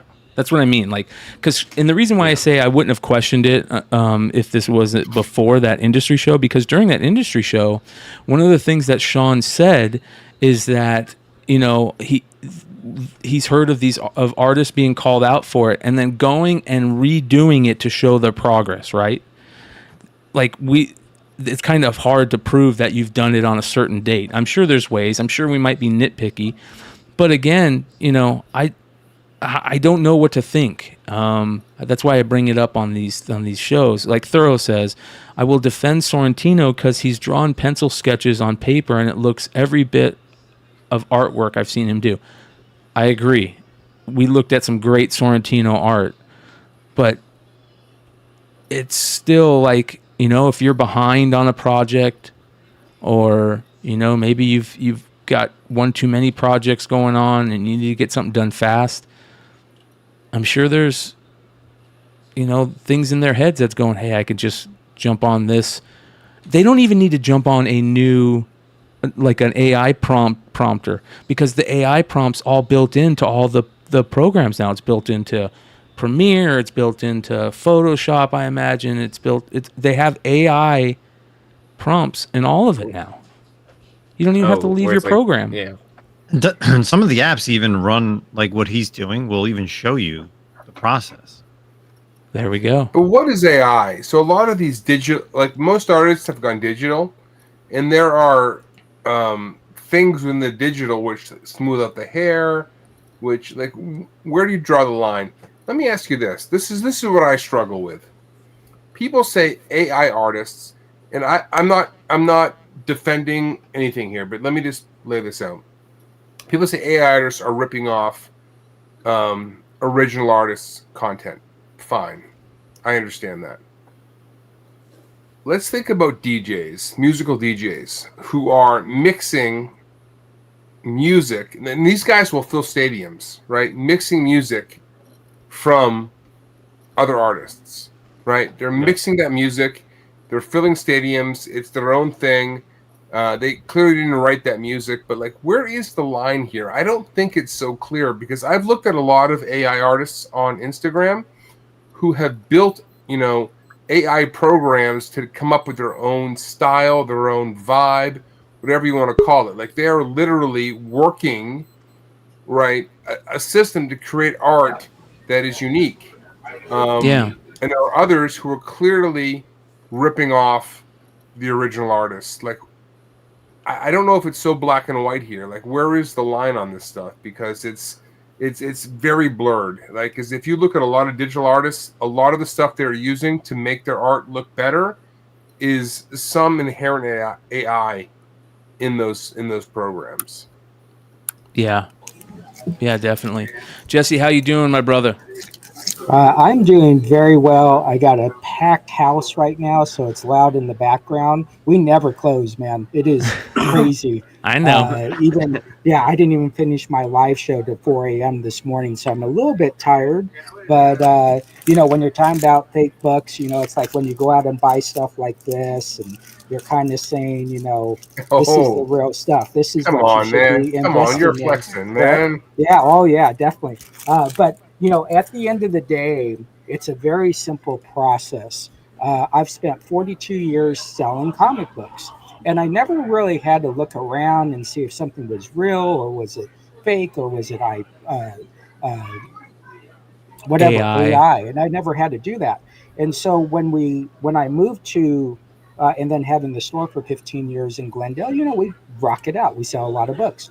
Well, I moved to Florida to open up another store, and I went into another world. And this other world opened up my eyes to AI fan art. You know, everybody calls it fan art, and I'll use fan art for now. And what you learn is a very simple thing. You got to pivot around it. So you got to educate your customers on what is real, what is fake, what is fan art, and that's the first thing you do. The second thing is you don't leave your spot on top of the hill. You go where their hill is, and you go up that hill. And if they're doing a live show at 8 p.m., you go on your show at 8 p.m. And you educate your customers, and you give them real product to buy, and then at the end they'll decide. But people are smart nowadays. What's going to happen as I hear this conversation about Marvel, DC, Image. I think if we go to them as a community, I think they listen. If someone just sends them an email and says, "Oh, here's some fan art," what do you then do about it? They don't care, right? So I think as a whole, we have to not only educate the customers, we have to educate conventions. Hey, by the way, do you know booth XYZ is selling XYZ? And let that comic that decision. But we always assume that everybody knows what's going on. And most of these people don't know. I didn't know. Listen, I just learned 5 weeks ago about all these cosplay books and everything because I just sell comics in a comic book store. So the world you guys are in is such a bigger world. And as I start to learn and I start to pivot, I'm starting to learn, hey, this is how you sell more books. You educate your customers, you give them great prices, great product, and that's how you win in the end. So what do you think about what is your thoughts on this, Jesse? Because I know you've seen this, and I want to know your thoughts on taking images that and just doing an easy change, like a flip to them, throwing them on a cover, and calling it a con variant. Yeah. So my question is always then be when you do stuff, because that's a twofold question, right? Mm-hmm. The first question is the question that you asked me, and the second question that we would always want to look at is how does that affect the industry? How does that affect the customer base? And how does that affect the retailer like myself? So when we look at someone who does flip art like this, that consumer most likely, and I'm just saying most likely, probably doesn't shop with me. All right. When I go on to these shows that do sell the whatever you want to call it, bootlegs or whatever, I'm actually trying to see, do any of my customers buy from this person? And what I find out is like 98% of the people I've never heard of. So when it comes to this flip image, listen, if you have to cheat and you don't have any type of ability to actually create art, talent, then this is what they're going to do. And they're going to do it until we find a way to put a stop to it or give them a moment of pause. I don't think these guys have a moment of pause. You have mentioned one person, trust me, he's in my world now. He has a moment of pause. And we'll continue that moment of pause, and we will slowly figure out ways to make this person either do it correctly or they won't be able to do it at all. So I just wanted to chime in real fast because from a retailer who's done this a long time, what happens is we get so distracted, we forget that we have to sell comics. Yep. I agree. All right, man. We'll see you Tuesday. All right, guys. Later. Excuse me, Jesse. I just want to say thank you. Oh, Jesse. Oh, man. All right, hold on, Jesse. I just want to say thank you for the Tuesday shows. I really learned a lot from you and Dennis. Oh, thank you. Thank you. Ben? No, man. I just want to say, Jesse, thank you, brother. Appreciate what you do. Yeah, I appreciate it too. And you know, there's two things you learn. I'll let you guys go on this. If you're thinking about it, opening up a store, it's integrity and inventory. That's your whole part of selling comics. So just remember that. Everybody have a rock and roll night. Enjoy your weekend. I got a live show in 10 minutes. I'm gonna go sling some books. All right, Peace, brother. Later. Awesome. One of the good guys. All right, so he's awesome, man. He's so awesome. Yeah, it brings up a very interesting thing because now I think that's why we do the shows we do. I know for me that's what it is. Justin, I imagine you feel like a kind of like a call to let people know, hey, this is going on, and if you want to continue to deal with it, that's fine, but just know that it's happening. And when we make these shows, and Jesse kind of says in your guys' world, because this is a different world, man. We live in a different world as content creators doing podcasts and YouTube shows, and we're just bringing awareness, whether it's you, whether it's me, whether it's Thorough, or whoever. It's and like he said, yeah, most of the time it's going to be the people that are not buying his stuff. And I'm an art guy. I have tons of original art. I got traditional art. That's what it is. And then there's digital prints that I have. I like both. Somebody like Art Germ, who's amazing doing his covers, is digital, but his sketches are great. And there's tons of other artists that are in that same position that can do both. So, since you go to a lot of cons, what do you feel about the booths that sell prints of other artists' works? You know what? I was at a I was at a show here in Jersey last year, and somebody was doing that, and I immediately took a picture and sent it to the artist, and he never got back to me, nor have I seen that person set up again selling those prints. But I don't think that's especially from a vendor. They weren't even wasn't even an artist. It was an actual right. It's just like a random vendor. Yeah, like, I could see if they had like a deal with them, but I knew the one print I own the original, which was very strange. I was just like, how does this person have this print like when I own the original art of it? And I'm like, excuse me, what were they, like 11 by 17 prints that looked like they were printed from a Kinko's, or? Yeah, pretty much. Yeah. Well, I mean, they're professionally done or whatever, but it's not. You can obviously tell it's not from the artist. Yeah, it's even funnier when you see the artist that's actually at the convention, and that person's doing it. Yep.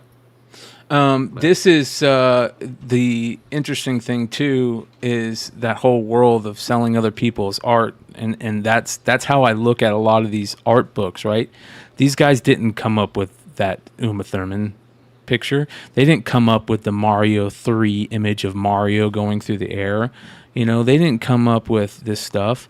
And I don't see any after Nintendo on any of it. I don't see any after, whoever the guy is that created that look of Uma Thurman. Like, they aren't showing any even thought process of saying, hey, this is an homage, or it's just, here's the image. It's a con. You know what I mean? It's a convention book, which is another thing that really pisses me off, because I forget who said it the other night. But the fact that convention variants used to be something that you would go and you would get in your bag, that everybody got in a bag at a convention. Yeah, you know at the convention, right? Literally at the convention. Yeah. And now people are, selling con variants, then they're not even at the convention. They're on some whatnot sale. You can't even get it at the actual con. They call it a con variant, which you can't get. Yeah, I agree. It's been, you can go. You don't even have to go to a convention to get the convention variants anymore, which I find sad. Yeah, it makes it not as special. Like, well, that's not even worse. Like, you can go to the convention and the book not be there. They call it the convention variant, and you'll be at the con, and it's not available. You have to buy it on their website. Yep. So we had also Bleeding Cool picking up the story about the Spawnuary winner that is an AI prompt engineer. Luis Ruiz, who uses the name Robot9000 on Instagram, won one of the images using a gunslinger image that I imagine it was AI, but all his art on his page is all AI art. And he basically came out and said, go fuck yourself, everybody that's, calling me out. You're just mad that you didn't win. So it's very, we're getting into that world now. But it says this happened on the new Penthouse comics, right? You know that, right? So the Penthouse comics, the cover A was AI art by Stemograph. Wow. And it's a beautiful cover, but they actually published a story in the comic about the cover because they gave the artist the thumbs up, and then they realized it was AI art. And I think Stemograph, I've spoken to him a lot on IG, and he's building like a genuine like AI engine to create original art. What's the name? It's not about ripping people off. What's the name of that comic? Penthouse Comics number one. Penthouse Comics #1 that came out a couple weeks back. How do you spell it? The girl in the water. She's lying. It's like a headshot of her lying in the water. I think it was the cover A. Penthouse. Like Penthouse. Okay, I thought you were saying Pentos. Sorry, no, Penthouse. The Penthouse. The one that just came out.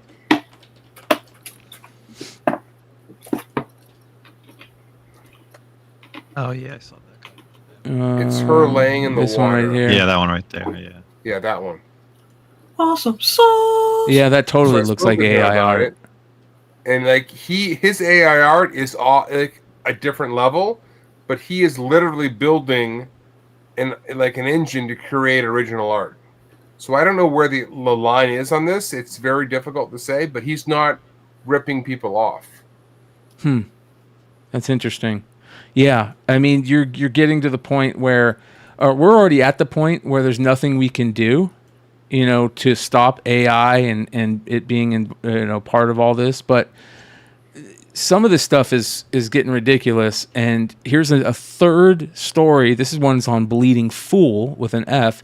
Marvel being sued for copyright infringement over stolen werewolf art. Now, I don't know about this. This was art they used on the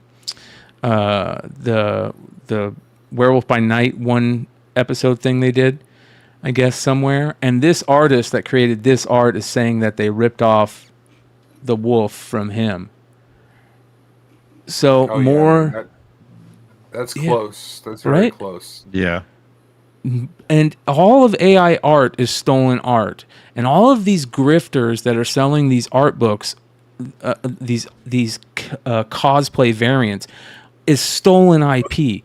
So this all can get wrapped up in a nice little bowl of being thieves, right? Like I think that's the reason that we feel like there's something wrong with it. Now, I don't want to necessarily call people out and be wrong all the time, but it's kind of hard to be in the defense of some of these people. I don't know Kyle Willis. I've never talked to the man. He's always there's seats on my show are always open to anybody that wants to come in and stand up for themselves or talk about it. So I invite him to be on the channel if he wants to talk about this. But unfortunately, his name comes up a lot, just like Epic's name comes up a lot when I hear about this stuff. And it's not good. You definitely don't want it on your. I know he owns a comic shop too, so he's an LCS guy, and I kind of look at that and I go, okay, well maybe he is doing this is real in art, but it doesn't look like it, man. That's for sure. Yeah, it's a tough one, man. Like, it's hard to talk in absolutes. Like for me in my life, I've never talked in absolutes because there's so much gray in everything. But it's clear that some of this stuff is genuinely ripoffs. The other stuff, I don't know. Like, I mean, I think there are people who are using AI to try to create legit art. Should they be lumped in with the people who are stealing? I don't know, man. Like, it's tough. It's a real hard line to walk, I think.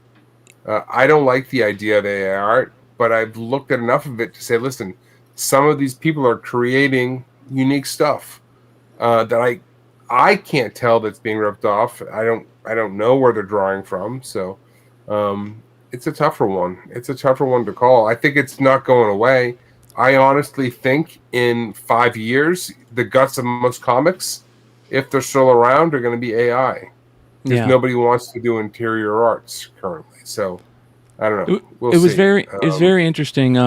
Shout out to fucking Rad. He commented on one of the posts. He said some of those quote unquote exclusives are selling for $1,000, $999 more than when you try to resell them.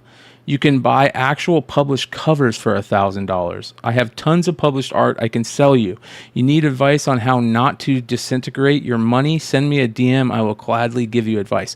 So that's another thing. Like, if they're getting this much, like, how much money are they?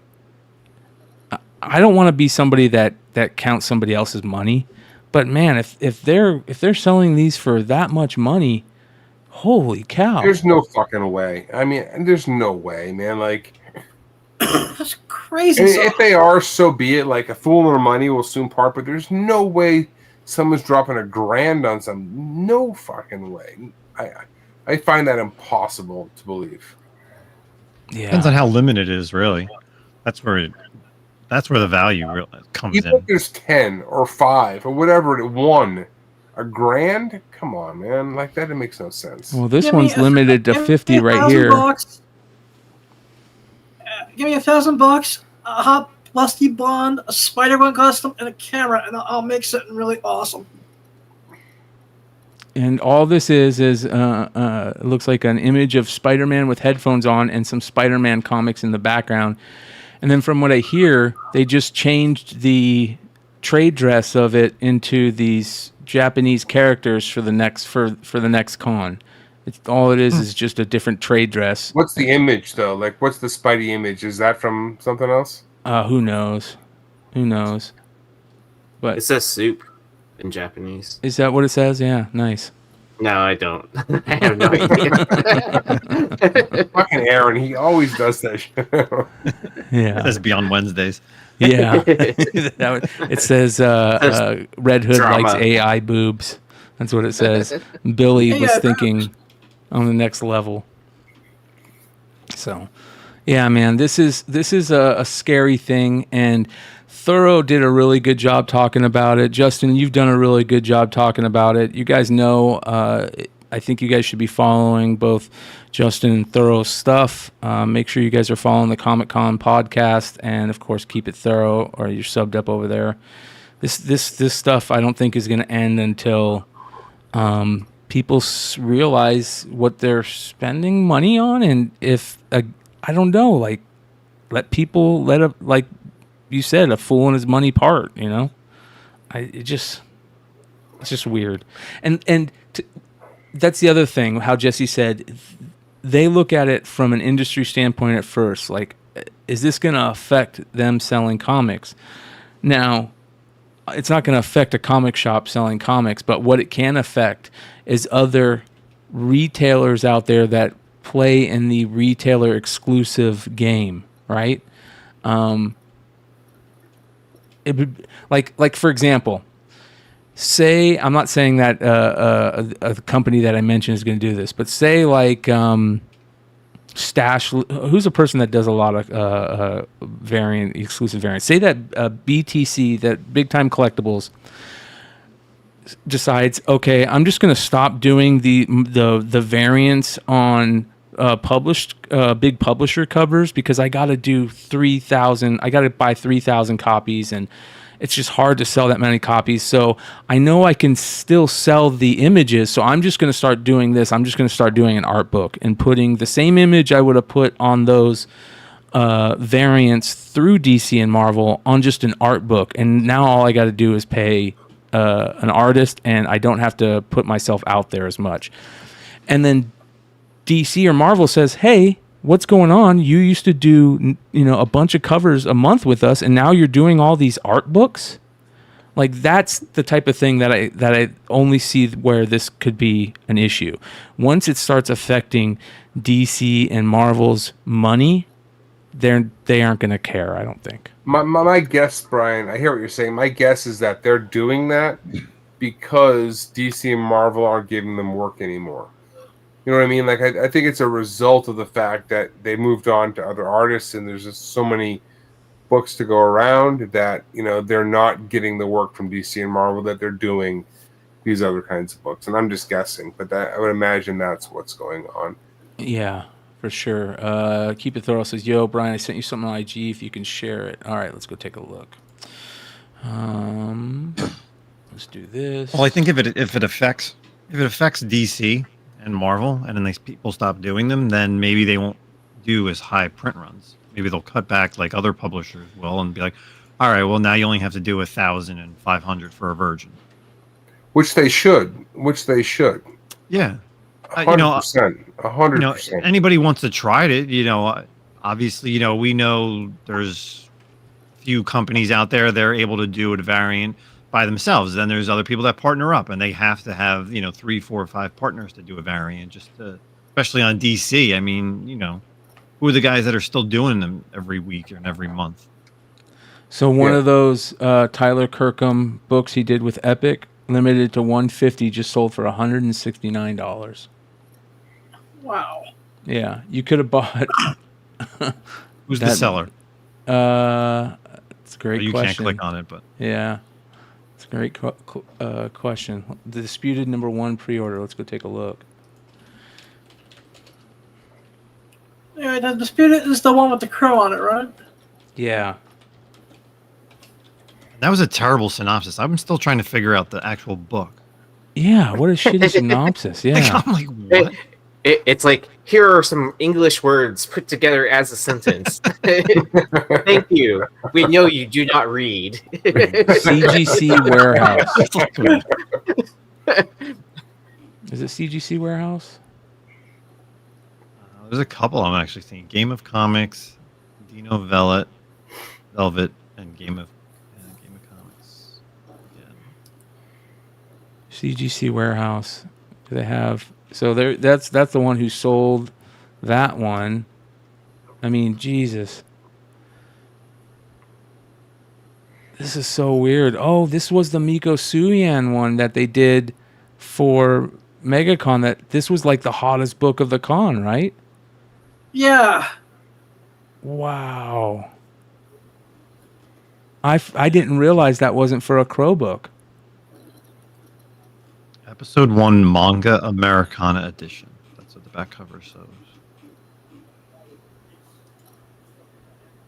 That's crazy. Here's another one for 150.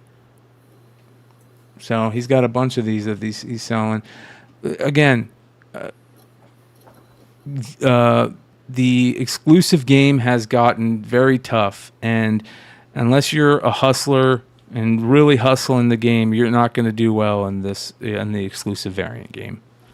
It's too flooded with garbage, and people, I think, are starting to get smart to the fact that what these books are supposedly limited to are always in question now.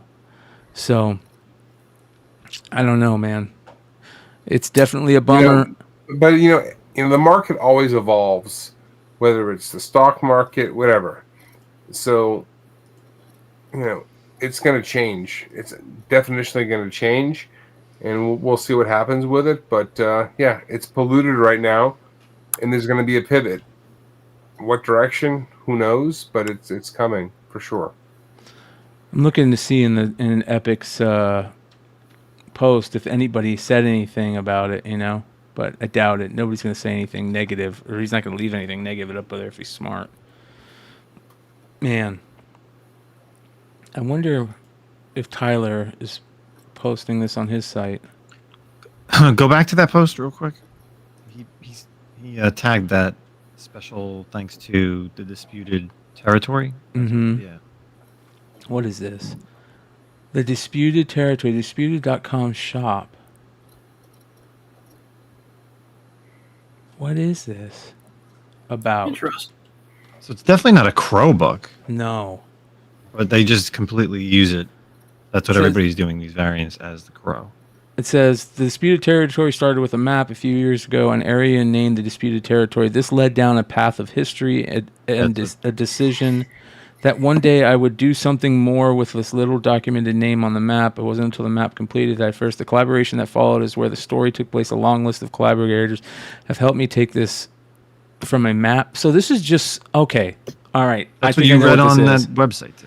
Yeah, I think I know what this is. If you remember when Epic was on the show, when I had him on the interview, he said that because he even said, I think he said something along the lines of like, yeah, we want to start putting stories in this because, I think he kind of said the exclusive game is not a good, he kind of talked down about it. And then he said, I'm working with this company to start putting actual storylines in these books instead of them just being grift. inside. We're actually going to start doing storylines. And I think this might be one of the groups he was talking about. Now, obviously, this is not a Crow book. There's no way this is a Crow book. This is just somebody that came up with an idea for a story and probably was at a con that met Epic, and you know how that works. I know episode 1. Episode 1. What is this? I have to probably read it. Excuse me.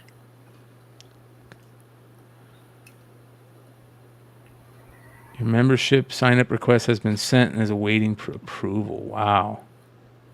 All right, let's see collaborators. Alan Quah. He's worked on multiple covers. Jay Ferguson. Carla Cohen. So he has a bunch of artists that's done work for him.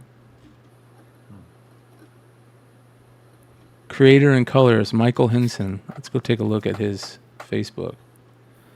Yeah, so it looks like it's just a story that he came up with. I wonder why they're using the Crow on there.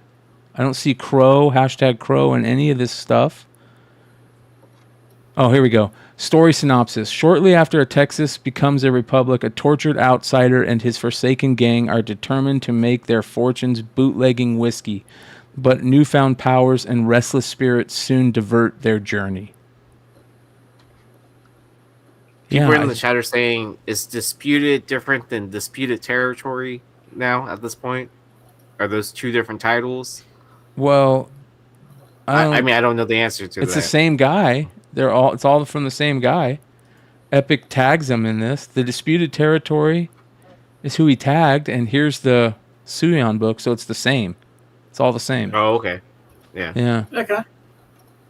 Oh, it was a Kickstarter. Oh, yeah, it was a Kickstarter. on. Yeah, here he is. He's at all kinds of cons. So, yeah, he probably ran into, you know how it is at cons when everybody's at cons selling books. They probably met in Epic or somebody told him, hey, you know, do a book with this person. And here you go. Look at this. That's definitely Jake Gyllenhaal right there. We hit our first stretch goal, unlocked the Butch trading card for all. So, yeah, here's the Kickstarter. Haven for Heroes. There's 100 crows in the story. Yeah, here's the Kickstarter. Let's take a look here.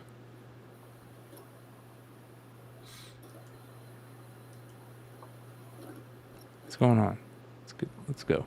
Come on. Chop, chop.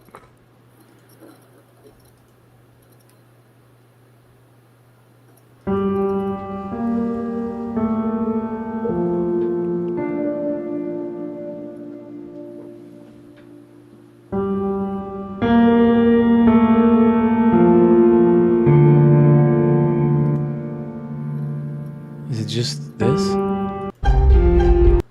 Oh my god, get to the story. It's nothing. It's just showing the character. You show some music. Yeah, that's a waste. I was hoping to see the guy with the crows. I know, right? Everybody's doing this cover. I don't see anything about anything with Crow. But we could be wrong. We'll keep an eye on this. This is interesting. A lot of.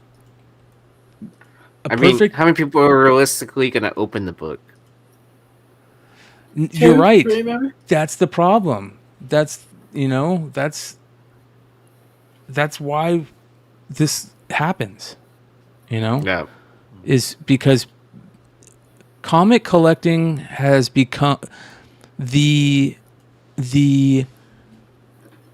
retailer exclusive variant has become such a part of how comics work nowadays and how comics are created. It's become such a major deciding factor in so much about that comic, right? The being able just to throw an image on a cover and make that cover shiny and not giving you can just go to Kinko's and print that, right? Because right.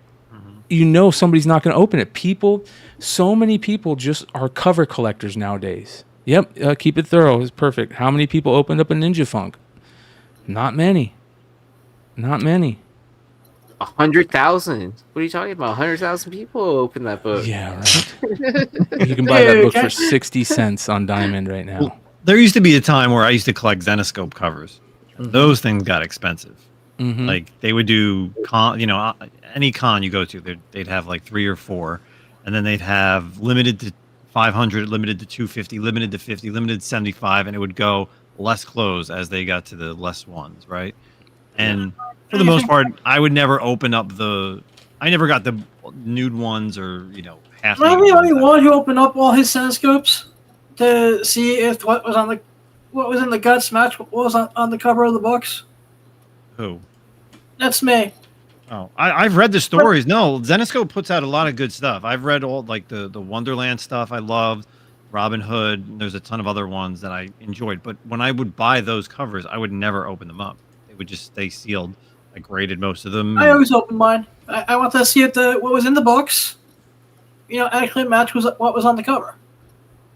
Yeah, I have a bunch of who turned me on to those Zenescope books was Bryan Wood. Because he was really into, was it Paul Brown? Is that his name? That does all the cool Zenescope covers, like the cereal box covers and stuff. Yeah, I think so. Oh, yeah. Yeah. Yeah. Akiyama did some of them too. I feel like that. Yeah.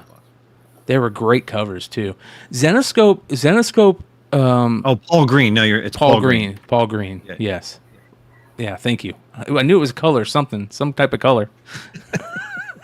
Paul Brown. I agreed with you, and I was like thinking about it. I was like, that doesn't sound right. The owner of the Cleveland Browns. Oh. All right.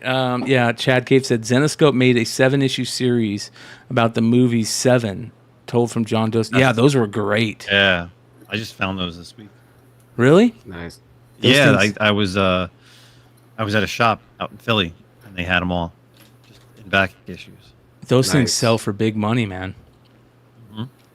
Speaking of Tyler Kirkham, I do want to show some love for Tyler Kirkham. I've been a fan of Tyler Kirkham's for a long time because his first ever comic work was in a book called The Gift by a local writer here in Phoenix named Raven Gregory. And this was I loved this comic back in the early 2000s. And I bought all these, and these are early Tyler Kirkham. I mean, these are this is his first ever cover, I'm pretty sure, if not positive, and I think it's also his first comics work. But I hate to see, I hate when I see these people that I've loved and enjoyed their creations for so long working with grifters. I just hate it, man. It makes me just feel bad. And it's not like I'm not going to buy his art anymore, but I bet you there's people out there that would be like, nope, I'm not going to buy his art now that he's working with somebody like that. I feel like a lot of people changed with Tyler once he started doing all the battle damage stuff. Like, it was cool in the beginning. Don't get me wrong, but then it was first three. The first three. And then it became every book that Whatnot wanted to put out was battle damage. Yeah. It was like every other week. Like, it seemed like you name a title. Like show up to the con. There's gonna be a battle damage cover. Like, what title is it on? Yeah. Man, it's crazy. We'll see what happens in MegaCon. It's going to be interesting to see if anybody goes to MegaCon, if they're going to still sell that book. Did he say he's still going to sell it, Justin? I don't know. You don't know? That I don't know. I just know that he pulled the post because he was getting heat. So. He's getting a lot of heat. Well, hopefully, I don't know Bloodhaven Knight Comics. I've never met the guy. I think that I might have seen him at a con at when I used to be part of when I was selling for Whatnot and at the Whatnot area, but I could be wrong. But I know that he just started selling on eBay, and he is definitely somebody that has come up in multiple times where somebody has said to me that eBay is starting to look like Whatnot. Oh yeah. Yep, somebody in a big did way. some stuff like a week ago. eBay rules is you can't do mystery boxes, and somebody did mystery boxes. That's become the thing, man. To me, it's very hard to sell mystery boxes and not look like a grifter. You know, like for the most part, there's people out there that do it good. Don't get me wrong. You know, you guys know my love for Ben Stein. He does his Stein packs once every, 6 months or something. But there's something to be said about return customers on mystery packs. I would love to know how many return customers those people have on their mystery packs, because for the most part, when I see people selling mystery packs on Whatnot and now eBay, it's nothing but 3 months past exclusive variants that people can't sell anymore. And they're just devaluing books that their customers paid $30 and $40 for 2 months before that. So I would love to know, I know it's hard we're not going to be able to get it. It's probably not even there, but the analytics on returning customers on those sellers, if their customers are still okay with getting that junk, because they're probably just getting more variants from them that they bought 3 months before that for twice the price. From my personal shopping experience, the only place that I buy mystery boxes regularly from is Torpedo. Okay. And that's because there's usually something in there that I can make my money on, or that's cool, and the rest I just realize, win some, lose some. Yeah. Go ahead, Yi. I was gonna say, I personally think Torpedo charges too much for their mystery. Like, whatever their grand prize is always like 10 times the price of the last sold. Like, it's like, and they're just clearing out inventory of stuff that they've been holding for whatever time period. Oh yeah, that's just my personal opinion. But I just haven't bought one from in a while, just because not enough time in the day. All right, I got some other great drama alert storylines. Did you guys want to see a grifter at work?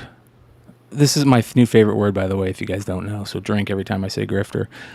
The guy who sang the Pokemon theme song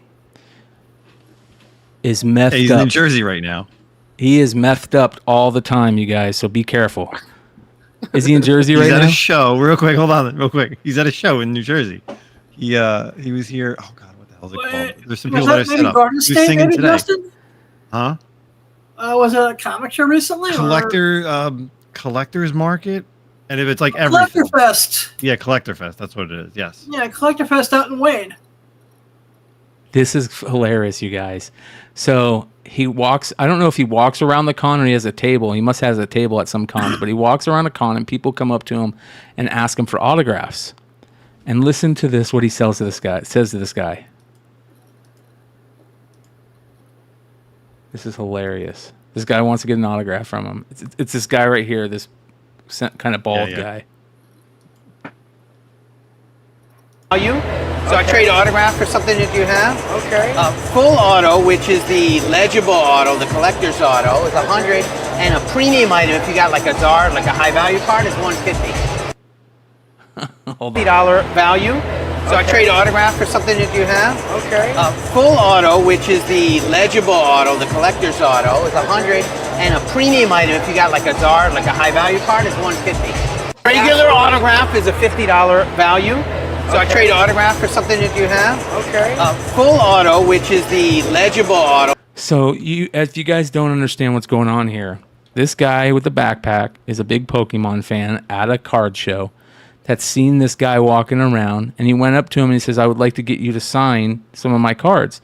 So the guy, this Jason Page guy, says, "For just one of my regular autos, I'll trade you something that you have that's worth $50. If it's, like a card that this guy has or something in his, if he doesn't have money to give him, he'll trade him something. If he wants the big auto, which is would take an extra second to do, kind of like the Liefeld thing, it's $100. If he wants him to sign an expensive card, like a Charizard, it's $150. Trade value. Trade value, yeah. Okay. The meth is strong with him. He's just scheming. Yeah, you can tell he is coked up another level. Like The collector's auto is 100, and a premium item, if you got like a Zard, like a high value card, is 150. Regular autograph is a $50 value. So I trade autograph for something that you have. Okay. Full auto, which is the legible auto, the collector. Look at his shirt. Dude, I could. This reminds me of what movie was that where they said that you can't wear the band's T-shirt to the concert you go to. It's like, you know what I mean. He's wearing a shirt of his own with his own name on it. It says Jason Page. Auto is 100. Like, it's got his logo. It says Jason Page on it, dude. Oh my god, man. Does he like take? All right, so let's just say I want to get an autograph and I have to trade him a card. Does he then take that card and sell it? Is that the reason, or does he like not want cash? Like, That's a great question. That's a great question. Let's see what the comments say, because the comments are always fun. Here we go. First comment. Something kind of methed up about those prices. Some guy says, I don't even know who this is. Another guy says, I'll confess I fell victim to one of these auto deals from him. Sounds like he invented divorced dad packs. Divorced dad packs? Money those grab. are funny. His not a true fan or collector. He only started doing this in the Logan Paul hype. I wouldn't be paying for his signature when he ultimately doesn't care about the hobby. Bruh, his girl's face is tweaking so hard. What the fuck? This sounds like a drug deal.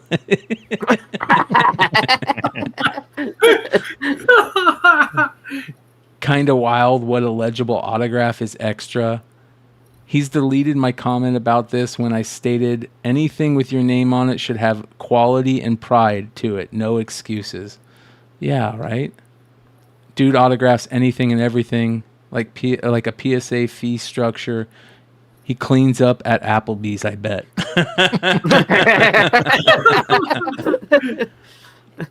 Oh my god. I get it's an iconic song, but this guy created card art? No. Regular auto, or you can have a legible auto. What the fuck is he putting on a regular auto? Why can't you read it? What's a legible auto anyways? It's like the Todd McFarlane and T McFarlane. Yep. He probably just does J Page or JP and yep, instead of Jason Page. Yep. JP or Jason Page. You're probably right. Never trust a man holding on to a receding hairline. It's giving washed up, big pass. This is such a scam. Shame on him, whoever he is. I love that this guy got it on camera. All right, hidden comments, always my favorite.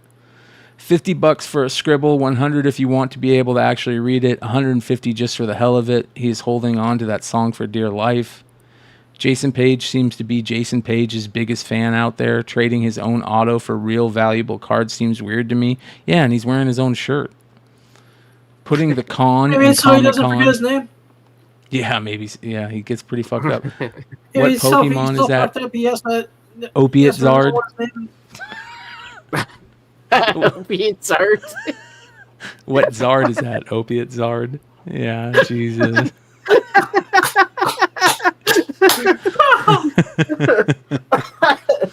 That one's my really God. good. Right? That's awesome. I want to get this guy on a show. We need to reach out to him. All right, big drama of the week, ladies and gentlemen. Right as I send all my Shohei Ohtani cards to PSA to get graded, they're in grading right now.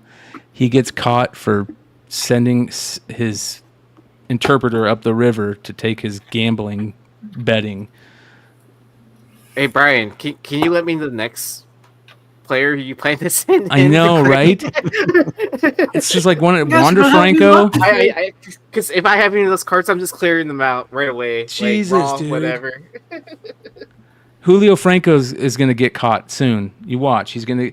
It was Wander Franco, then Noelve Marte gets caught for doing steroids, and now Ohtani. Julio's going to get, and Bobby Witt are going to get caught soon. But I love this card right here that Lemmy James put up. This is from Card Creator 5000, it looks like. and it's a top Sterling card, and it has the betting ticket, which That's is funny. awesome, right? Yeah. Wow.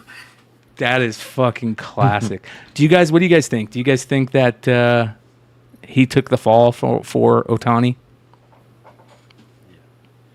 I'm not a big into this, but yeah, I've been following a little bit because my buddies are big Dodgers fans, so it's quite interesting to Yeah. to have it paid out. Well, think about this guy, right? He's ever since he was, 12 years old, he has been making money, big time money in baseball, and he's been rich like almost all his life now. Like when you get to the point where you're making that much money, there's kind of hard, like that's why so many really rich people, you look at like the guy who owned Vice, you look at Dana White, you look at these guys, they have this big money and they're big gamblers. That's how they get their excitement, is gambling. Oh, at any second they could lose everything they've earned or whatever, but then like they know at the same time it only takes like one production or whatever to make that money back. Yeah. Or I don't know what the thought process is, but who I assume knows? it's something like that. Maybe it's just, the excitement of losing and winning, But Or is it just like pure greed? Is it just like a straight up a pure greed situation? yeah, this was another good one. Him as Pete Rose. Pete Rotani.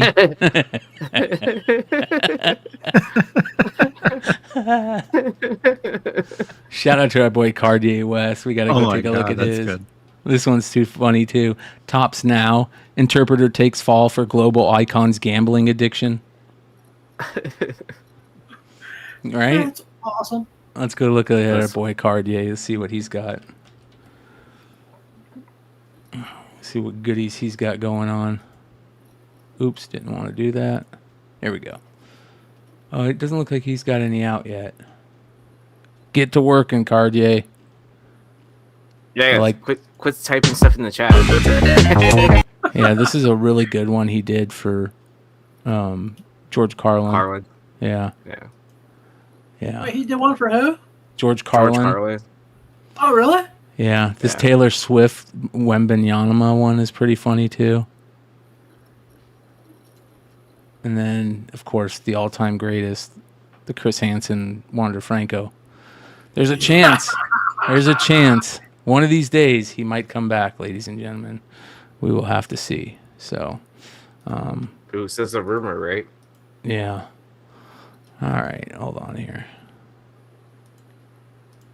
I got more.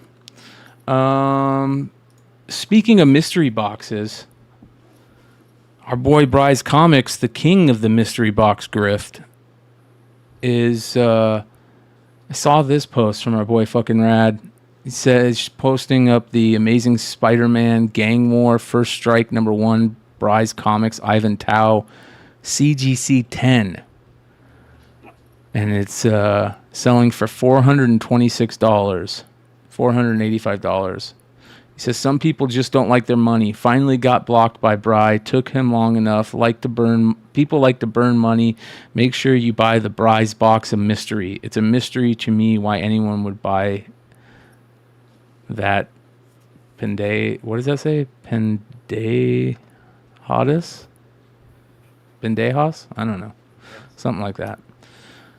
But more Bry's Comics sales, and it's going to be interesting to see if he comes back out of the divorce and resets up shop, and how he pivots, because He gets more 10s than I've ever seen for anybody. yeah, it's interesting, isn't it? But here's the other thing. These new and I don't know, are these cardstock covers on the Marvel ones? I'm not sure. All I know I is don't that buy Bryce books, so I don't know. yeah, the cardstock covers on all Image books, all those Skybound books, are just such good condition. That's what Legg has been saying. He's been telling us that because he gets a lot of those to press for from like Clutch and people that are getting them straight from the printer, and he says most of them are just perfect coming out. They're gorgeous condition. Whatever printer they're using for those Skybound books, and material, it's really good material. But I don't know about Marvel. I feel like Marvel has the shittier paper. Didn't they just get done? Or was that DC that changed their paper not too long ago, and it was really it was crappy? Toy Time says that's like idiots in Spanish slang, pendejas. Oh, pendejos. Yeah. Pendejos. Yeah, but it had a D in it, so I was like, maybe he just spelled it wrong. That's what I was saying. Like when I was reading it too, I was like, it didn't look like pendejos. Yeah. It's like I know that Spanish slang. Yeah. Well, we'll see if that continues. So. Or did he say pendeja out of this or pendeja? Oh. Yeah, that's what he says. This is interesting. I saw this from Clear Supplies. My suspicions may be true. The mods at /r comic book collecting are probably agents of big paper. Not only have I been banned, but they've banned any and all discussion about an entire category of comic book preservation and protection. Any collector that mentions clear boards on the Reddit page, they'll be muted and possibly banned permanently from the sub. That's interesting. It says here, Reddit /comic book collecting rules. Number 9, clear backing board posts and comments will be removed until further notice. Don't waste your money. So the owner of that group must be mad at Comic Clear Supplies. Have any of you guys ever used the clear backing boards? Yeah. I have exclusives. Yeah, I have, I think, like 100 or 50 or something like that, but I haven't used them yet. Which company do you use, Justin? From them, directly from them. Okay. And same with you, Yee? You bought from them? I don't know what company I bought it from, to be honest. Like, I bought it like 2 or 3 years ago. I just never used them. Yeah, I bought from them too. My only problem is I feel like they're not thick enough. I feel like they need to be just a little thicker. So I'm not sure if they created a thicker version of since I bought from them, but they're great, man. Being able to see that back cover is such a great thing. And when I sell more on the selling platforms and on YouTube, I'm gonna start all the books that I sell. I'm gonna try and put in those clear backing boards because they look so freaking good, man. What's the name of the company where you can get this? This company is called Comic Clear Supplies. I'll check them out. Yeah, and there's a couple companies that do it, but this is the company that I bought from not too long ago. I'll definitely check them out. Yeah, good stuff. So. I wouldn't mind doing my bagging and boarding my run of Wally 1 to 50 that way. There we go.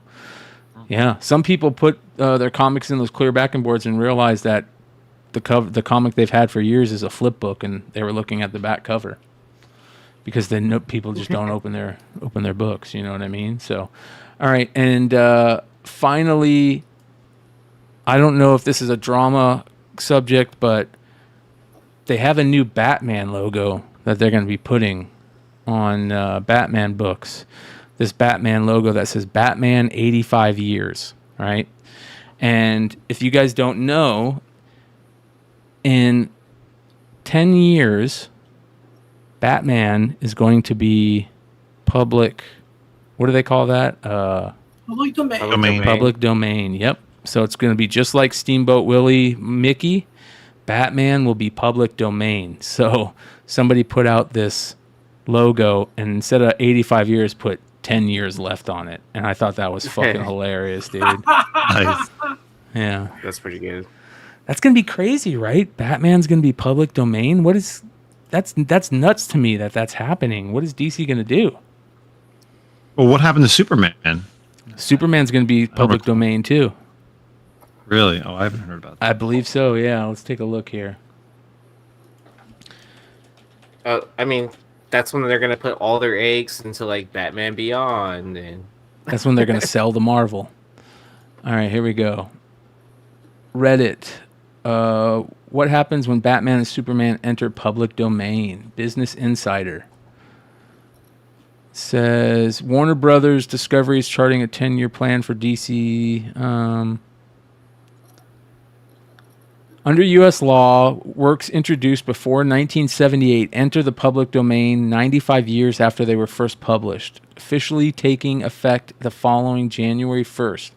In the case of Superman, Batman, and Wonder Woman, they made their first published appearances in 1938, 1939, and 1941, respectively. Therefore, Superman enters the public domain in 2034, Batman enters the public domain in 2035, and Wonder Woman on 2037. Wow. Holy shit. Yeah. It says here that these characters are crown jewels of DC, therefore extremely important to Warner Brothers Discovery. The company is likely to put up a fight, and anyone looking to take advantage of them being in public domain would face an uphill battle. For starters, there have been plenty of potentially derivative works of the characters. In other words, the copyright holder, DC, creates a second separate work based on the original work. Related stories. The Superman of 2022 is nothing like the Superman of 1938, he said. So they'll probably do the same thing, that it'll have to be that like certain style of Superman, certain logo of Superman. Isn't that when they changed the motto as well? Yeah. A couple of years ago. Yeah. Yep. Well, here's something that's very interesting. It says here that Warner Brothers will fight for their character. Well, they're not fighting for the cosplay IP infringement that's going on, which is just as people are making just as much money off of that than they would, I imagine, the public domain. So there's so is Batman no longer going to be a detective? If is that what's happening? Who knows? Probably something like that. Yeah. It's probably something like that. I wouldn't be surprised. So, and then finally, Marvel spoils Ultimate Spider-Man mystery of Green Goblin identity in recent preview. You guys get ready. It says here, Marvel's Ultimate Spider-Man by Jonathan Hickman has been one of the few bright spots in the comic book industry. It seems like a new formula of give fans what they want might actually be something successful. Ultimate Spider-Man by Jonathan Hickman is a reboot of Ultimate Universe. And the age of superheroes never happened, leaving dark forces to fill the void. For Spider-Man, this means never having been bit by the radioactive spider. Instead, he settled down and created a family. Well, I guess, where's the preview that they give it away? Is it Gwen? I could see that being, I don't know. Yeah. Great point. Issue 2, he fails widely as he learns the ropes as Ultimate Spider-Man, but a Green Goblin terrorizes the town, leaving the reader to question who it is. The book clearly sets up the mystery without revealing the character's identity, but recent Marvel previews have spoiled it. Oh, it probably is Gwen. The writer reveals, amidst cocktails, small talk is quickly dispersed as the fearless foursome discuss exposing the dark corruption that shaped their world. Little do they all know that the two men at the table have already taken matters into their own hands by suiting up as vigilantes, Spider-Man and Green Goblin. Oh, so it is Harry, right? Because it said the two men. I mean, that's like, yeah. Oh, that's not a spoiler. We all knew it was. Yeah, we all know. It would have been cool if it was Gwen, actually. Yeah, right? The identity of Green Goblin has not been shown in the comics yet, making this a wild spoiler, especially as the traditional Green Goblin is Norman Osborn, though Harry Osborn took on the mantle later in the Spider-Man mythos. Yeah, that's kind of cheesy. What's up, Fandom Pulse? That's kind of cheesy. Yeah. There we go. Ladies and gentlemen, that is Drama Alert for tonight, and we're going to let our boy David Lee Roth bring us back. Can you hear me out there? Hey, man, don't be squirting water. Can you hear me out there? Whoa, I'll start that again. Hey, man, don't be squirting water at me. I'm gonna fuck your girlfriend, pal.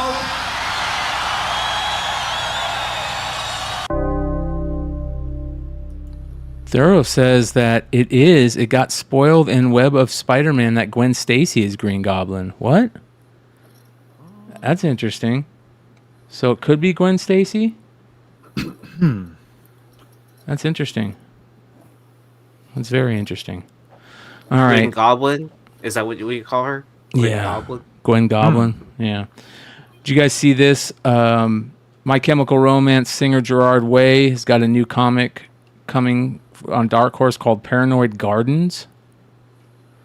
Interesting. Yeah, it's kind of cool. Sounds dope. Yeah. Says here, writers Gerard Way and Sean Simon joined forces with Chris Weston to present an all-new surreal comic book experience that's ER meets Doctor Who on acid. There we go. Okay. Lou is a nurse at the most bizarre care center in the universe. The staff are not entirely human, and the cases downright unearthly. Aliens, ghosts, superheroes, and more creatures plague its hallways as both doctors and patients in the hospital itself seem to be somewhat self-aware.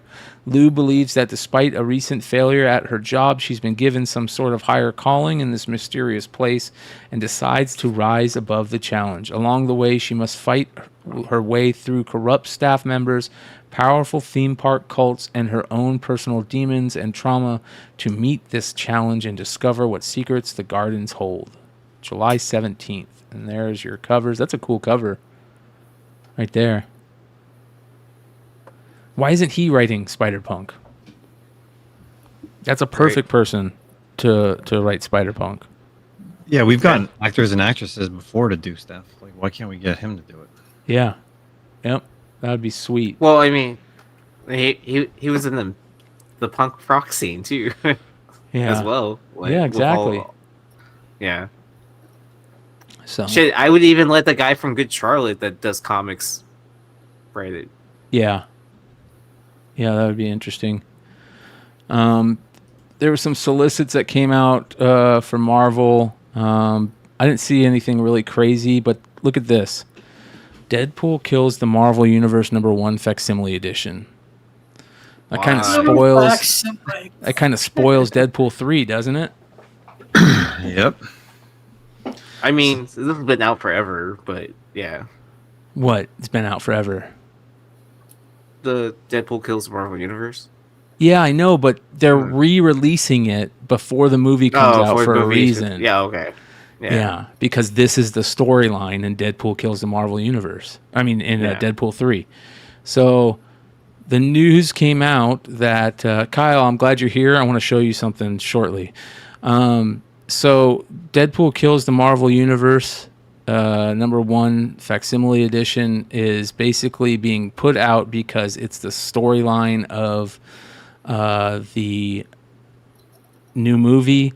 More stuff got released this week that basically Deadpool is supposed to be a hero killer. And the funniest thing about this, do any of you guys, you probably don't, but I'll ask, do any of you guys follow there's a YouTube show called The Biggest Problem in the Universe with this guy Dick Masterson and Vito? I haven't followed it in a while, but I know what you're talking about. Okay. So the guy Vito is writing a comic, and his comic is called Hero Killer, and it's about a person that gets powers, and I think they get the powers because they need to go kill the heroes.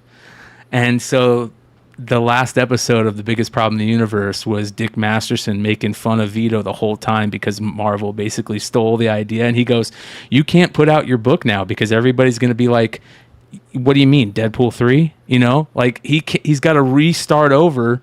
He's got a Kickstarter for his book, his comic book that he's creating. And it's the exact basically same storyline as Deadpool 3 with a character having to go kill superheroes, a hero killer. And everybody's going to be like, you ripped this off from Deadpool 3. So super funny shit. But we'll see how the movie turns out. That book coming out just confirms my theory of Deadpool 3. That all these cameos, like from the Fox portion of the Marvel Universe, they're all going to get killed by Deadpool. Yep. Deadpool is being written by Cody Ziegler also. So there's another probably shitty book. Ah, Jesus Christ. Yeah. This is an interesting Blood Hunt cover with Spider-Man. And then some more Blood Hunt covers. Are you guys going to read that? Yeah. I'm going to check it out. I'm excited for it. Yeah, the whole Vampire Nation. Yeah. I think the idea of the plot line of the story is really cool. Like, I don't know how they did it, but supposedly, like, they shut off the sun, right? That's kind of like the storyline, that there's no sun anymore. And so the vampires are able to walk freely. Somehow they shut down the sun. So it's like 30 days a night? Kind of. Basically. I don't think you can really be original in vampire stuff anymore. It's very hard That's to. true. That's a gorgeous Black Panther cover right there. Damn, that's beautiful.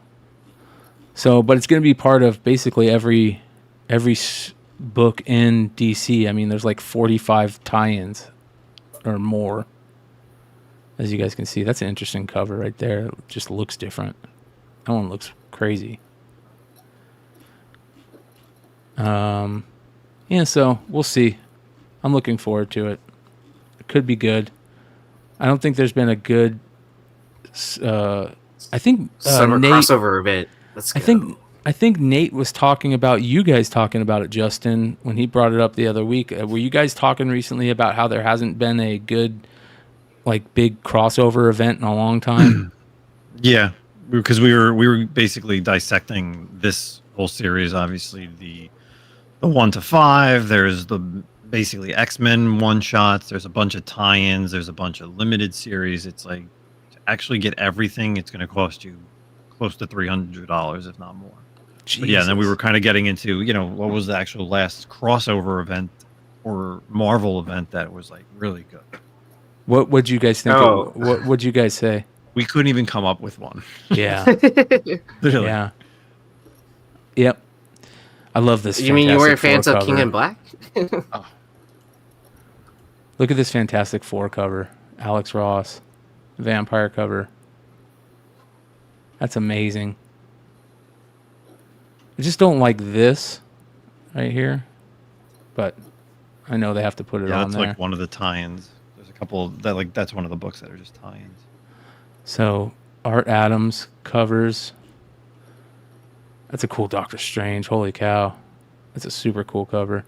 Yeah, this looks interesting. This right here cover is gorgeous. Vengeance of Moon Knight #6. It's a beautiful cover. There's the X-Men book that we've talked about where they're ending the Krakoan age. Good. Tired of that About shit. time. Yeah. Great Scarlet Witch cover. That's a great Scarlet Witch cover. And then a lot of Uncle Scrooge stuff. Love that. Alex Ross. This is interesting right here. It's going to be cool to see. Look at that Peach and Momoko, Uncle Scrooge. That's actually pretty good Peach and Momoko. Holy shit. Yeah. That was badass, yeah. Right? Yeah. This cover, look at that. Oh, all these covers look good for the most part. These two look great. I think Uncle Scrooge is great. So, excellent shit. More Ultimate stuff. Ultimate Black Panther, Ultimate X-Men, Ultimate Spider-Man. There you go. There's Kingpin showing up. And Ultimate X-Men. Thanos. What is this? Thanos Annual #1. This will be good. Did anybody read the Thanos miniseries that just ended? It's too what's the word I want to use? Predictable. It was predictable. But I liked the fact that he finally got to talk to Death. Usually Death doesn't talk to him or acknowledge him, and that's the thing. Yeah. So, but I'm glad that he's coming back. That's a pretty interesting Venom cover. Yeah, we just talked about that series, the Venom versus Reborn. Yeah, that's gonna be interesting. About that this week. Yeah, we'll see. Heir to Apocalypse. X-Men 97. Madripoor Knights. These have some good covers. And then Miss Marvel, Mutant Menace. This is an interesting cover. This Invincible Iron Man, Iron Patriot cover. I like it a lot. Ooh, propaganda poster. This Helverine cover right here is really good. I don't know who these characters are because I haven't been reading this, or any of the Helverine stuff with Ghost Rider. But if these are new characters, this will be a big book to grab. I don't know. Ooh, so this character gets his own title. That means Marvel really believes in it. Yep. Yeah. Where'd that go? Damn it. There it is. Yeah, look at that one. There's the cover. People will be going Tony Daniel cover. Oh, that's badass. Yeah. So, there we go. And then I think that's about it. I didn't really see anything else just from this. I mean, we got more of the Disney stuff for Amazing Spider-Man, which I hate how they do an Uncanny X-Men cover on Amazing Spider-Man. Look at that cover. Holy shit. That's cool. Yeah. Right? Ed McGuinness. That's a cool cover. I like Ed McGuinness. Ooh, I hope they start doing headshot covers like that. Look at that. That's badass. That almost looks AI. The words right out of my mouth. That almost looks AI right there, man. Who did that? Oh, I thought it was a video game. Yeah. Taigami?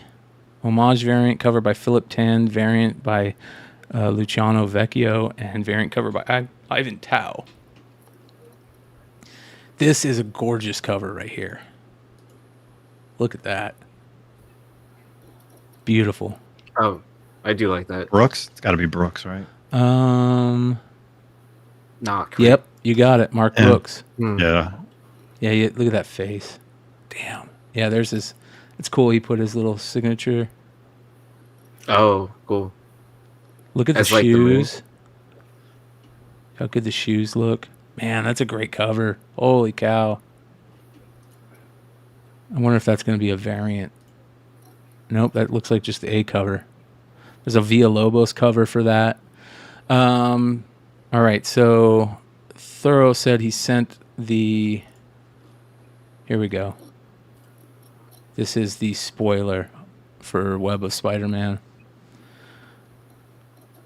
What happened to me? Nothing happened to me. For once in my life, I got to decide what path I took. You don't get it, do you? I wanted this. I wanted to be Green Goblin. It was Gwen Stacy's destiny. So, but that's not the Ultimate Spider-Verse. This is... No, yeah, it was Amazing. 1999. Yeah. That's 29. Yeah. So that was one of the mini stories in the Web of Spider-Man book. I'm guessing. They did those four short stories, so. But they're all connected. No, I'm just joking. I have no idea.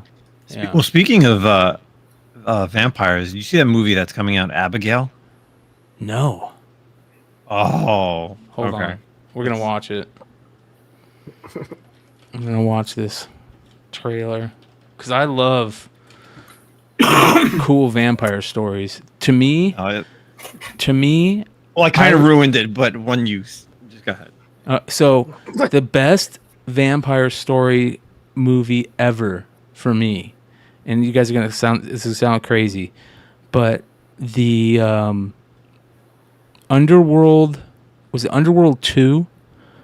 Where it started off, where they were going... he was going to get his brother, and they were in the old medieval, and the vampire was going to get his brother. His brother was a werewolf.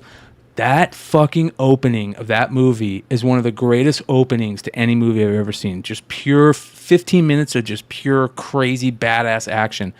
And that whole movie was a 10. That movie to me is my favorite all-time vampire movie. But I also like things like Let the Right One In and that type of shit. All right, here we go. Definitely be watching that. I want to check that out. Dope. Awesome sauce. Oh, April 19th. That's going to be a hard date to remember. All right, here we go. All right. we are 3 hours and 18 minutes in, so it's about time to call it. You guys get any interesting pickups this week? I did. Yeah? What'd you get? Yeah. Do you want to see cards or comics first? Cards and then comics. Okay.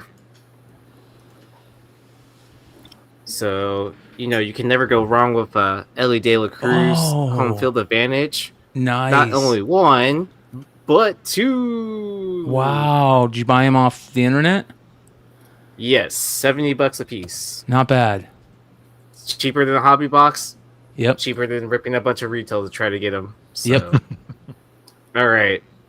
And then I thought this one was really cool.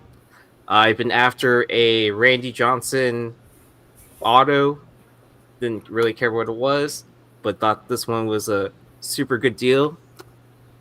Randy Johnson tier 1 2023 gold auto, 1 of 1. Nice. Cheaper than buying a box. There you go. I was like, okay, I will buy a case hit and a 1 of 1 for less than the cost of a box. Like, it just made more sense to buy that than try to rip that. All right, comics. So these are starting to come into the mail if you've ordered these. The Ghost Spider La Mole foil variant. Interesting. So, yeah. I mean, I'm sure my lighting's not doing it justice, but I sold my normal copy, and so I kind of missed this. So I was like, I'll get the shiny version. And then you got to get the Turtles book, too, with it, right? Oh, wow. Yeah. I didn't know they put that out. Yeah, what so they have book is that, Aaron? It's the Peach Momoko one. Yes, the Peach Momoko TMNT 100 from the IDW cover. That's all Momoe? Huh? Yeah, so this is a La Mole. Alright. Yep. But, yep. Not bad. Those are my pickups. You got anything, Nemesis Prime? No, nothing. Sorry. Adam? Show you some games, but nope. I will next week, though. Well, Yee was the only one with pickups this week, so congratulations on that. I will hopefully have some soon. But I want to end by giving a shout out to my boy Kyle. I know that he creates content for content thieves and content snakes, but I got to show him a little love this week because I'm a little jealous of my boy Kyle and Saturday Night Special, because one of my favorite comic book content or YouTube channels showed a little love to Saturday Night Special this week, and I'm jealous about it. Check this out. So we got to find out who this guy is right here. Okay? I don't want to dox the guy. I want to know if he's a viewer, and I want to give him props. Just check this out. So I'm watching Comic Book Palace this week, and it opens.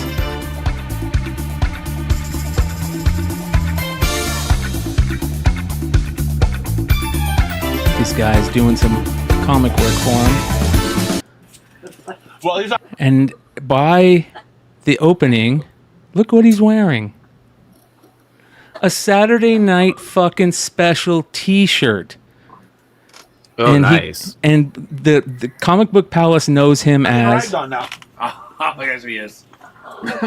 Buffy. So hopefully that's not your name. I'm guessing Buffy is your nickname. But Buffy, I want to give a big shout out to you, because that means that you support comic book content on YouTube. But more importantly, seeing this and being jealous about seeing Kyle's show's shirt on Comic Book Palace has caused me to start creating shirts. We will have a Beyond Wednesday shirt coming soon, because I want to start seeing people sporting a Beyond Wednesday shirt on cool shows like this. So even though it's Steal-A-Vision, and you guys know how we think about content thieves, we can't stand them. Kyle's my good homie. I'm doing everything I can to get him away from those snakes, but I got to show him some love. And because of this, you forced me to finally go and get some t-shirts made. So coming soon, Beyond Wednesday t-shirts. If you've got an idea for a t-shirt design, let me know. I'm going to be working with some good artists to see it, but it was pretty cool to see that on Comic Book Palace. And that being said, go check out my boy Kyle's IG. He's selling a bunch of comic books on his IG. He's got a bunch of good stuff. You can find him on IG. AOA drops his IG link in the chat all the time. Yee, what do you got? Dude, I know some artists that'll do some like cosplay shirts. It's not cosplay, god damn it.